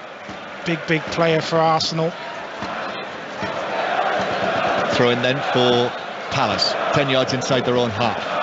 5 Live from the BBC. Schlupp flicking it on, and then Zaha draws the challenge from Gabriel. It's put out for a throw in again for Palace down the right flank, just in front of Paddy McCarthy, clapping his hands. Stand up for the Arsenal. The home fans are singing. Arsenal Their next match after the internationals will be here against Leeds United, but then they go to Anfield to play Liverpool on the Sunday afternoon, the second Sunday after the internationals. Back to Brighton and the FA Cup, Chris Wise. Premier League side are flexing their muscles now. It's 3-0 and the second for Ferguson, threaded through for March, laid it off for Ferguson, had a tap in. Brighton 3, Grimsby 0. He's having a very good breakthrough season, isn't he, Ferguson? Catching the eye as a big centre forward. Palace with the ball in front of their own penalty area. It's passed out by Tompkins, and then all the way up to goal scorer Schlupp, and then back to Tompkins again in front of his penalty area. Now on the left-hand side, Gay hits the pass. This is for Ayew to chase. Ben White is there to tuck it back to Ramsdale, who clears from the ground, but it's chested forward by Hughes, and then Partey loses out. Schlupp again to the edge of the area, through for Zaha. Zaha right across the face of goal and beyond the far post, and that might be the moment. If Palace had scored there, then suddenly we would very much have been game on, but it rolled wide. The angle's tight, but he possibly should have done better there, Wilfred Zaha. He is onside, really clever run. Chance comes from a iffy clearance from Ramsdale. Partey loses the ball, Schlupp does well. He steps in, wins it back, and it's a lovely through ball to Zaha. He's on a tightish angle, and he just drags it wide of that far post. Good opportunity. They've had the chances now, Palace. You know, that stretch, those 3 matches where they didn't manage to get a shot on goal. They've actually scored 1 goal and had a couple of other chances. And if that had gone in, it would have been very interesting to see what the mood would have been like here with well over 15 minutes still to play. Brighton's 3rd goal was ruled out for offside. VAR had a look at it, so it is still Brighton 2, Grimsby 0. If they can get a bit more possession, Palace, if they can be a bit more assured with that first pass when they win the ball back, they are capable of causing problems, you know, with the players that they have in those forward areas. Zaha, Elise, who's now on, they are capable of causing problems to this Arsenal back line. Just not seen enough of the ball. Arsenal 3, Crystal Palace 1 remains the score. Martinelli, Saka and Xhaka opened up a 3-0 lead for Arsenal, but that goal from Jeffrey Schlupp, and you can almost see it in the Arsenal players, that chance that Zaha had, no realisation, thinking if that had gone in, then suddenly this might be a different game. But Arsenal on the front foot here, doing what they do best, this Mikel Arteta team. Martinelli, who's not been involved anything like as much in the second half. Likewise, Saka on the far side as well, but they were extremely involved in the first period. Here's Jesus. Jesus now tried to work it across the box, took a deflection off Elise, bounces back to Tierney, and then across. Saka, left foot, past Whitworth, and that's 4-1. Saka's second of the match, and Arsenal re-establish their 2-goal. Arsenal re-establish their 3-goal lead. And that now, this time, should be it. 4-1. You just feel they have that ability, Arsenal, to just step it up a gear again. Goal comes from a poor clearance from Will Hughes. They have enough bodies back there again, Palace, but Will Hughes is a hurried clearance. He can only find Tierney out on this left-hand side of the 18-yard box. And it's a brilliant pick out, the type of delivery, the type of cross you see so often in the Premier League now. That intelligent kind of pull back just takes centre-backs out of the game. And Saka just positioned himself in a central area just inside the 18-yard box, and the weight of the cross, the weight of the pass just allows him to stroke that into the far corner first time. It's an excellent finish. Still has a bit to do, Saka. Clinical again. Brilliant play from Arsenal, brilliant goal. Yeah, just wrapped his foot around it, didn't he? His left foot, clean finish. There's a possible offside apparently in that, so we'll see what VAR rule from that. It could be as an Arsenal player standing in the line of the goalkeeper, Whitworth. Gabriel Jesus it was, but the goal's given and they feel that goalkeeper wasn't impeded. I'd like to see that one again, because it looks like he's standing right in front of him. Yes, that's what I thought. Zaha coming forward for Palace on the left-hand side, and wriggling away from Holding, but it is now 4-1 here, and Partey is able to get in there, and Xhaka clears it away for Arsenal up towards Jesus. Gay is able to win it back. Palace again forward towards Elise, and then Elise back to Ward, who will go back into the centre circle. So let's go back to Reading Chelsea in the Women's FA Cup, and Sohail Sahi. Reading have pulled the goal back, so it's Reading 1, Chelsea 3.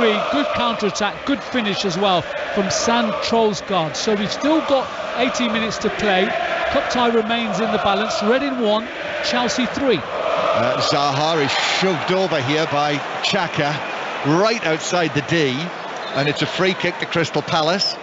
And were it still 3-1, this would be interesting. However, Palace still got best part of 15 minutes to play here while they organise themselves. Let's just go back to Chris Wise at Brighton. Brighton still leading Grimsby 2-0, just past the hour. Grimsby have had a chance though. John McAtee on the stretch, pushed away by Sanchez, and referee Jared Gillett has also had to report that some objects were thrown onto the pitch towards Brighton goalkeeper Robert Sanchez from the away supporters. It's Brighton 2, Grimsby 0. By the way, the Salford-Wakefield Trinity match in the Super League is underway. That is on Sports Extra right now, and they'll have played, well, nearly half an hour of that match, over half an hour of that match. I'll get you a latest score presently, but Palace have got this free kick, Danny, central area, just outside the D. Yeah, you think Elise might be the man to have a go here in that central area, so could be a right footer or a left footer, but Elise looks like he's going to be the one to have a pop here. Certainly has the ability. Yeah, Elise just wiping his hands on the back of his shorts, standing, feet apart, and then comes up left-footed with the free kick, but the wall jumps high and blocks it, and it comes back out to Mitchell, who passes the ball wide of Zaha, who slips over, ends up on the ground. The Arsenal fans love it, and it's a throw-in for Arsenal. And it is Salford 6, Wakefield Trinity 10, the latest score in the Super League match, of which you can hear commentary on Sports Extra. Saudi Arabian Grand Prix commentary from 5 o'clock. As I say, Euro qualifiers commentary coming up on them over the course of the next couple of weeks. The two England matches in Italy on Thursday and at home to Ukraine on Sunday. Scotland-Cyprus on Saturday among them. And here, Arsenal 4-1 up as they play the ball forward, but Whitworth has come right out of his goal into his left back area, and right-footed clears it to the halfway line. It's chested back by Ayew, and then Gay left-footed over the halfway line to Zaha, who turns, but then he is dispossessed by Holding, and then Gabriel lifts it forward. Eze is going to come on for Palace very shortly, and Ahamada as well, the January arrival. But Arsenal with Odegaard. Now Tierney arriving on the left. Tierney's ball across. Tompkins misses it, but it doesn't fall for Gabriel Jesus. And then Zaha and Holding are wrestling each other down in the centre circle, and the referee says no free kick. I'm not sure how that didn't go one way or the other. He's not happy, is he, Wilfried Zaha? He's obviously decided 6 of one, half a dozen of the other. Lovely from Jesus to Xhaka, back to Jesus. Jesus couldn't get past Tompkins. Tompkins took the ball away from Jesus, who went down. Referee Atwell immediately said no penalty for that. The crowd were baying for one, and then it's headed back by Doucouré to his goalkeeper Whitworth. Yeah, just about did enough in the end. Tompkins, lovely little 1-2 on the 18-yard box. Jesus drags it onto his left foot, but he reads his intentions. Tompkins never getting a penalty for that. Yes, by the way, the Super League will be on Sports Extra after Brighton Grimsby. They can't both be on there at the same time. Here's Elise on the right flank. Elise, Tierney, who set up that last Saka goal after coming on as a substitute. Poor pass from Elise. The Rugby League commentary is online via the Rugby League pages of the BBC Sport website, so that's where you can find it for the time being. Arsenal 4, Crystal Palace 1, Salford 6, Wakefield Trinity 10 remains the score. So 10 minutes to play here at the Emirates Stadium. Arsenal on the way to what will be a 6th consecutive Premier League victory, 4-1 up after restoring that 3-goal lead. 2 goals for Saka, so he's now level with Martinelli on 13 for the season, as Whitworth, the Palace goalkeeper, clears on the edge of his 6-yard box to the halfway line. The team news is in ahead of the Manchester United-Fulham FA Cup quarter-final. So what is it, Lee Blakeman? Manchester United make 4 changes, John, from the side that started in Spain on Thursday. Sancho, McTominay, Sabitzer and Shaw all start. Malacia, Fred and Pellistri are on the bench. Casemiro is suspended. Fulham make 3 changes as Diop, Willian and Polini all come in front of the watching Usain Bolt this afternoon. Usain Bolt's there today.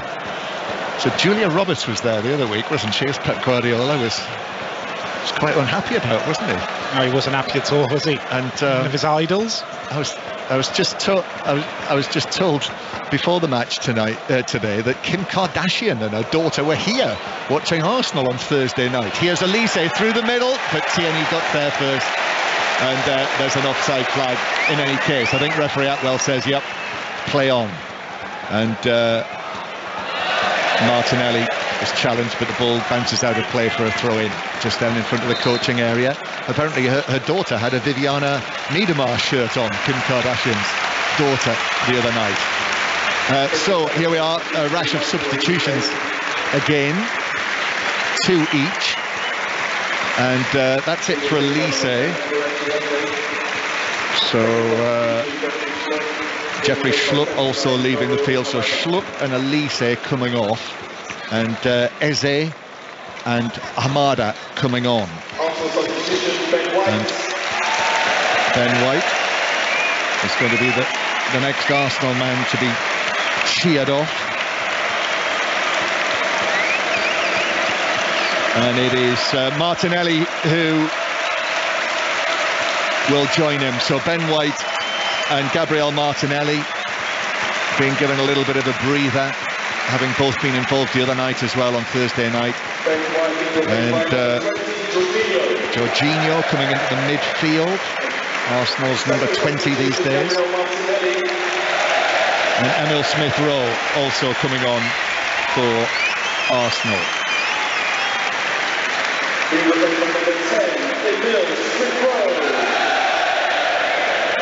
So on he comes, and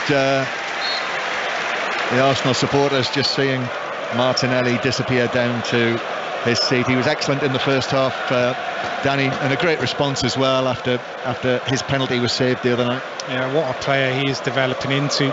Bukayo Saka on the opposite flank. To see their progression over the last couple of seasons, it's been phenomenal. The work that Mikel Arteta has done with those young players, developing into elite level performers now. Just looks like Thomas Partey is going to be the man to play it right back for the remainder of this game.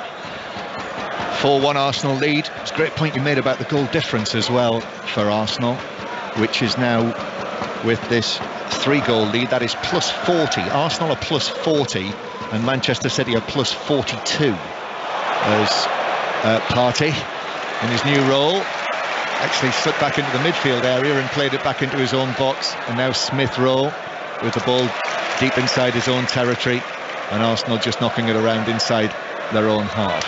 Yeah, I think this... And there has been another goal at Brighton. Chris Wise. And the Mariners' great FA Cup adventure is surely ending. Brighton are 3-0 up with 20 minutes to go. And this one, I think, does count from Evan Ferguson. And it's another very good finish inside the box. Brighton 3, Grimsby 0. Thank you, Chris. So it is 3-0 this time. 4-1 to Arsenal here. They've scored 5 only once this season, Arsenal, the 5-0 win against Nottingham Forest. Yeah, I think this will be the 6th win on the bounce for Arsenal since that Man City defeat, and I think in 5 of them now they've scored more than 3 goals, so I don't even know where the net is. And also the point being that after that match here, Manchester City were top of the table. They were knocked off the top of the table. The reaction from Arsenal has been excellent. It has, on goal difference it was. There's throw-in for Saka, who's on a hat-trick, don't forget. Hat-trick's all the rage at the moment, but Tompkins comes across and puts it out of play on the far side for a throw-in for Arsenal. Yeah, 5 in the season now for Hull, which is absolutely extraordinary, isn't it? And Tierney playing it forward, but that's deflected away. I was looking in the week, Mo Salah's scored only 5 hat-tricks in his Liverpool career. Xhaka, square to Odegaard. Odegaard now out to the right-hand side. Saka could be in business, gives it back to Odegaard. Left foot curler, dips wide of the far top corner and behind. Another substitution for Arsenal. And this time it's at the back. And Gabriel is going to make way to be replaced by Jakub Kiwior, the Polish international who was signed in January from the Italian club Spezia, and this will be his Premier League debut for Arsenal. Did play in the first leg against Sporting, but Mikel Arteta just thinking it's a good time to give him a taste of the Premier League action. Yeah, has that luxury with the scoreline being what it is to rest some of his key players. Gabriel has played a lot of football this season, hasn't missed too many games, so good opportunity with the scoreline being what it is to just rest key players. Bigger games ahead here now for Arsenal. Yes, I think he's played in them all, hasn't he, Gabriel? 35 starts, 3 substitute appearances. Arsenal with the ball deep inside their own half into the last 5 minutes of the 90. Smith Rowe plays it behind Tierney, who'll do well to keep it in. He does though, did well, changed direction, and here's Kiwior getting his first touch of the ball in the Premier League, and Arsenal with it inside their own half. Well, I think the supporters who've come here today, the Arsenal fans at least, I think they'll remember some of the football their team played in the first half, particularly that it was 2-0 at half-time. They've scored another 2 goals in the second half, but conceded that one as Zaha takes it through the middle and Holding brought him down, and Zaha didn't like that at all, that challenge from Holding, and made sure the referee knew about it, and it's a free kick to Palace. Yeah, I think it's the balance that this Arsenal team now has. You know, they're so fluid, they're so good going forward, but then you think maybe they might be exposed defensively a little bit, but none of that either. Defensively really solid, press high, win the ball back, work hard for each other. Just a very well-oiled machine, Arsenal. It's got a lot of the attributes that Arsenal team that won the league back in 2004, the Arsene Wenger Arsenal team, as it takes the free kick forward, a stretch from Tompkins, but that's straight through to Ramsdale. And I don't know, you know, they've changed the outside of the stadium. I had a walk around it earlier today as Ramsdale launches this downfield. What a pass that is to Saka. You know, he hasn't got a teammate within 20 yards of him, but now crosses, and it's a corner, played it off the leg of the defender, and it bounces behind for an Arsenal corner, and he's done well there to change it from one end to the other, easing the pressure, and Arsenal are in no hurry to take this corner. Yeah, the progression now of goalkeepers and what they kind of able to do in terms of possession, turning defence into attack with one kick. It's amazing. Ramsdale, fantastic distribution there to pick out Saka in behind and up the other end and forcing a corner. So Saka himself will take this.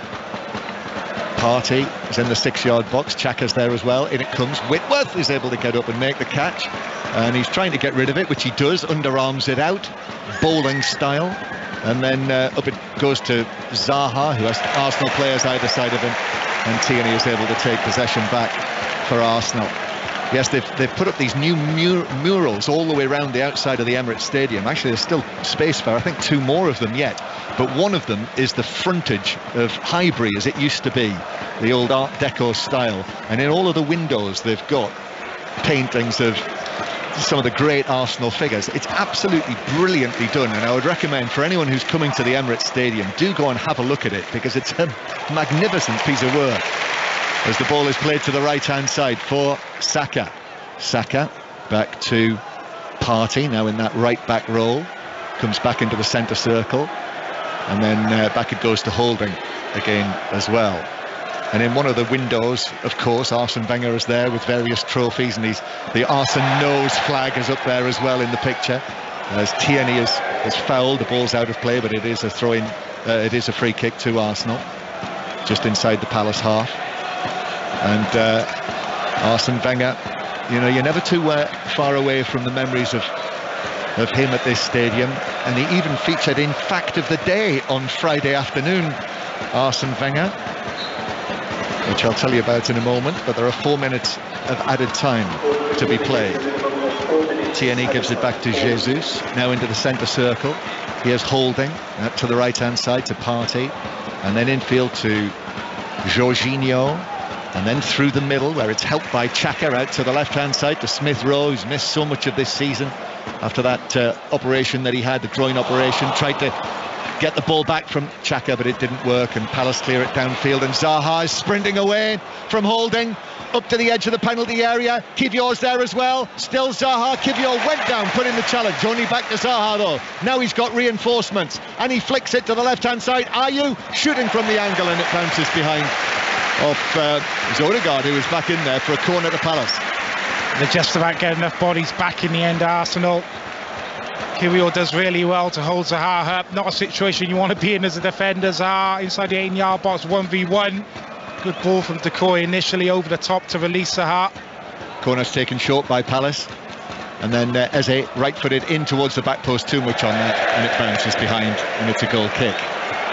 And so Friday's fact of the day actually focused on Sean Dyche, Danny, because I was supposed to do it yesterday and I forgot again. But Sean Dyche, the fact was that once Ian Wong, on the morning of a match, witnessed Sean Dyche doing the vacuuming in his underpants, and said to Sean Dyche, I bet Arsene Wenger's not doing that this morning. They were actually playing Arsenal that day. So that was Tony Livesey's fact of the day from last Friday. I'm on a terrible run of form at the moment. I got that one wrong as well, and then forgot about it, so I haven't covered myself with glory at all there. But anyway, it's done every Friday around about 5:25 on Drive. Arsenal 4, Crystal Palace 1 in the final seconds of this match. Here's Ramsdale, beaten once in this match. Ramsdale out to the far side, but it's over the head of Partey, and it's out of play for a throw-in for Palace. Ramsdale and Nick Pope are currently level, by the way, on clean sheets in the Premier League this season, 12 each, the England goalkeepers. And I bet he's crossed that he's let that one in today, as Arsenal will be. They would have loved a clean sheet in this, but it's not to be. However, it's been good enough. Comes back for Tompkins, right-footed downfield from him, chested forward, and Tierney now. Tierney will play it back to Ramsdale. I heard a great question, I think it might have been on 5 Live Sport yesterday afternoon, or possibly even on Friday night. Who's your Arsenal player of the season this season? That's a difficult one. It isn't, it just so many good ones. Ramsdale downfield, Hughes, and then Tierney. Passed forward by Jorginho. Here's a contender for it, Odegaard, then couldn't find the pass. And Palace actually will break forward with Ayew over the halfway line. Zaha to his left. Here's the ball, played into the path of Zaha. Palace have got 3 men arriving in the middle. Still Zaha though, trying to go himself, back outside the box, plays it into Ayew, flick from him. Eze with a shot, Ramsdale goes down to his right, pushes it away, and he pushed it away to a teammate. But in actual fact, the offside flag is up, and it's a free kick to Arsenal. So 4-1 it is. I think Odegaard, in terms of player of the season, for me, the leading contender. But I would love to give it to Saka, who every time I see them, Ramsdale. I knew you'd pick out the central defender. Defenders union a little bit there, but the awards night's going to be an interesting one. Isn't it just? Martinelli. That's Zinchenko. But I think probably Odegaard. But let's see what happens over the remaining weeks. 4-1 Arsenal lead, and on their way to an 8-point lead. They're going to have an 8-point lead. They have an 8-point lead at the top of the Premier League, and they'll still have an 8-point lead at the start of April, because it's the internationals next. They've done the job today against managerless Crystal Palace, coming here 2 days after the sacking of Patrick Vieira, with Paddy McCarthy in charge. But Arsenal have just brushed aside the Palace challenge today, Danny Gavidan. Yeah, you have to say comfortable in the end for Arsenal. Obviously getting those goals in the first half helped to wash away the disappointment of Thursday night, and they just looked like they could score at will really every time they went forward. Crystal Palace getting a goal back in the second half to make it interesting, but were never really in the game. It was always going to be a difficult assignment for caretaker manager Paddy McCarthy, and I think he'll be a little bit disappointed with the goals conceded. It wasn't like they were kind of caught up the field with bodies up the field. A lot of the goals, they had bodies back behind the ball. and it was all to do with Arsenal's quality really, and some poor defending from Crystal Palace, and the game quickly kind of went away from them. So look, big result for Arsenal. Applies a bit more pressure to Man City. Bigger games to come now, of course, but they look in fantastic form at the minute, and I don't think they're going anywhere. This title race is going right to the wire for me, John. Yeah, the Arsenal players are out there. The supporters are jubilant in the stands. It's 6 consecutive Premier League wins now for Arsenal. They've bounced back really well from their European exit on Thursday night.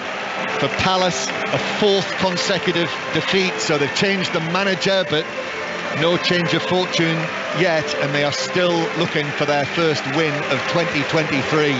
So off they go. Maybe they'll have a new manager in place for their next match at home to Leicester after the internationals. But Arsenal looking good into the spring after a 4-1 win against Crystal Palace here today.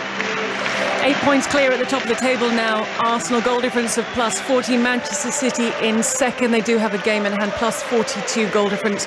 Points total of 61. Crystal Palace, they remain 12th, 27 points, but worryingly for them, they are just 3 points clear of West Ham, who are third bottom. And Danny, you believe this will go down to the wire, but very early on in this match, you nailed your colours to the mast. You said you believe Arsenal will win this. And from what you were saying during that commentary, they've got too many gears. They're a well-oiled machine. And the other thing is everyone is playing their parts. They are. I do not see this Arsenal team going away. And look, a lot of people think that Man City will win the league because of previous years, and they've been there and done it and know how to deal with these situations. But this Arsenal team is just evolving. It's getting better and better all the time. Those younger players are more experienced now. They've been through some difficult situations themselves and come out the other side. And just Mikel Arteta has just got this team performing so well. They're so well, so balanced as a team, defensively solid, hard working. You know, they win the ball back quickly. And then just the attacking players they have, the fluidity that they play with, is just a team chemistry, a team understanding. They're just so difficult to play against. So, you know, I think Man City are well aware of what they're up against now in the remaining games, and they'll know there can be no mistakes from them. And I don't see either team really dropping too many points. And it's this Arsenal team that are in the driving seat at the minute. It's theirs to lose, really. So they're just in excellent form in a minute, and like I say, they're not going anywhere. They're not going away this season. It's going to go right to the wire for me. TA on social media has said if City hadn't been the chasing pack, it would have been safe to say Arsenal had won the league. It'd be over. It would be absolutely over, according to what they're saying, if it wasn't City. And John, you were talking about who would be Arsenal's player of the season. Odegaard, Saka, and you wanted to give a mention to Saka. Sam on social media, a couple of scary moments, but we were dominant, holding superb. Saka, the star boy. Cody says Saka ruthless in the attack. Saka, the second highest, well, joint highest scorer now with Martinelli, 13 goals. And he is the first Arsenal player in double figures for both goals and assists in a Premier League season since Alexis Sanchez in 2016-2017. Yeah, I mean, he just improves. He keeps getting better. Still just 21 years old. Saka, that's now 8 goals since the World Cup. Remember, scored 3 goals at the World Cup for England. And, you know, while Arsenal and England have him, if he continues to progress in the way that he is, then you know, they're in very good hands with him. John, Danny, it's an enjoyable listen. Thank you very much. That is John Murray and Danny Gabidon at the Emirates as Arsenal beat Crystal Palace by 4 goals to 1.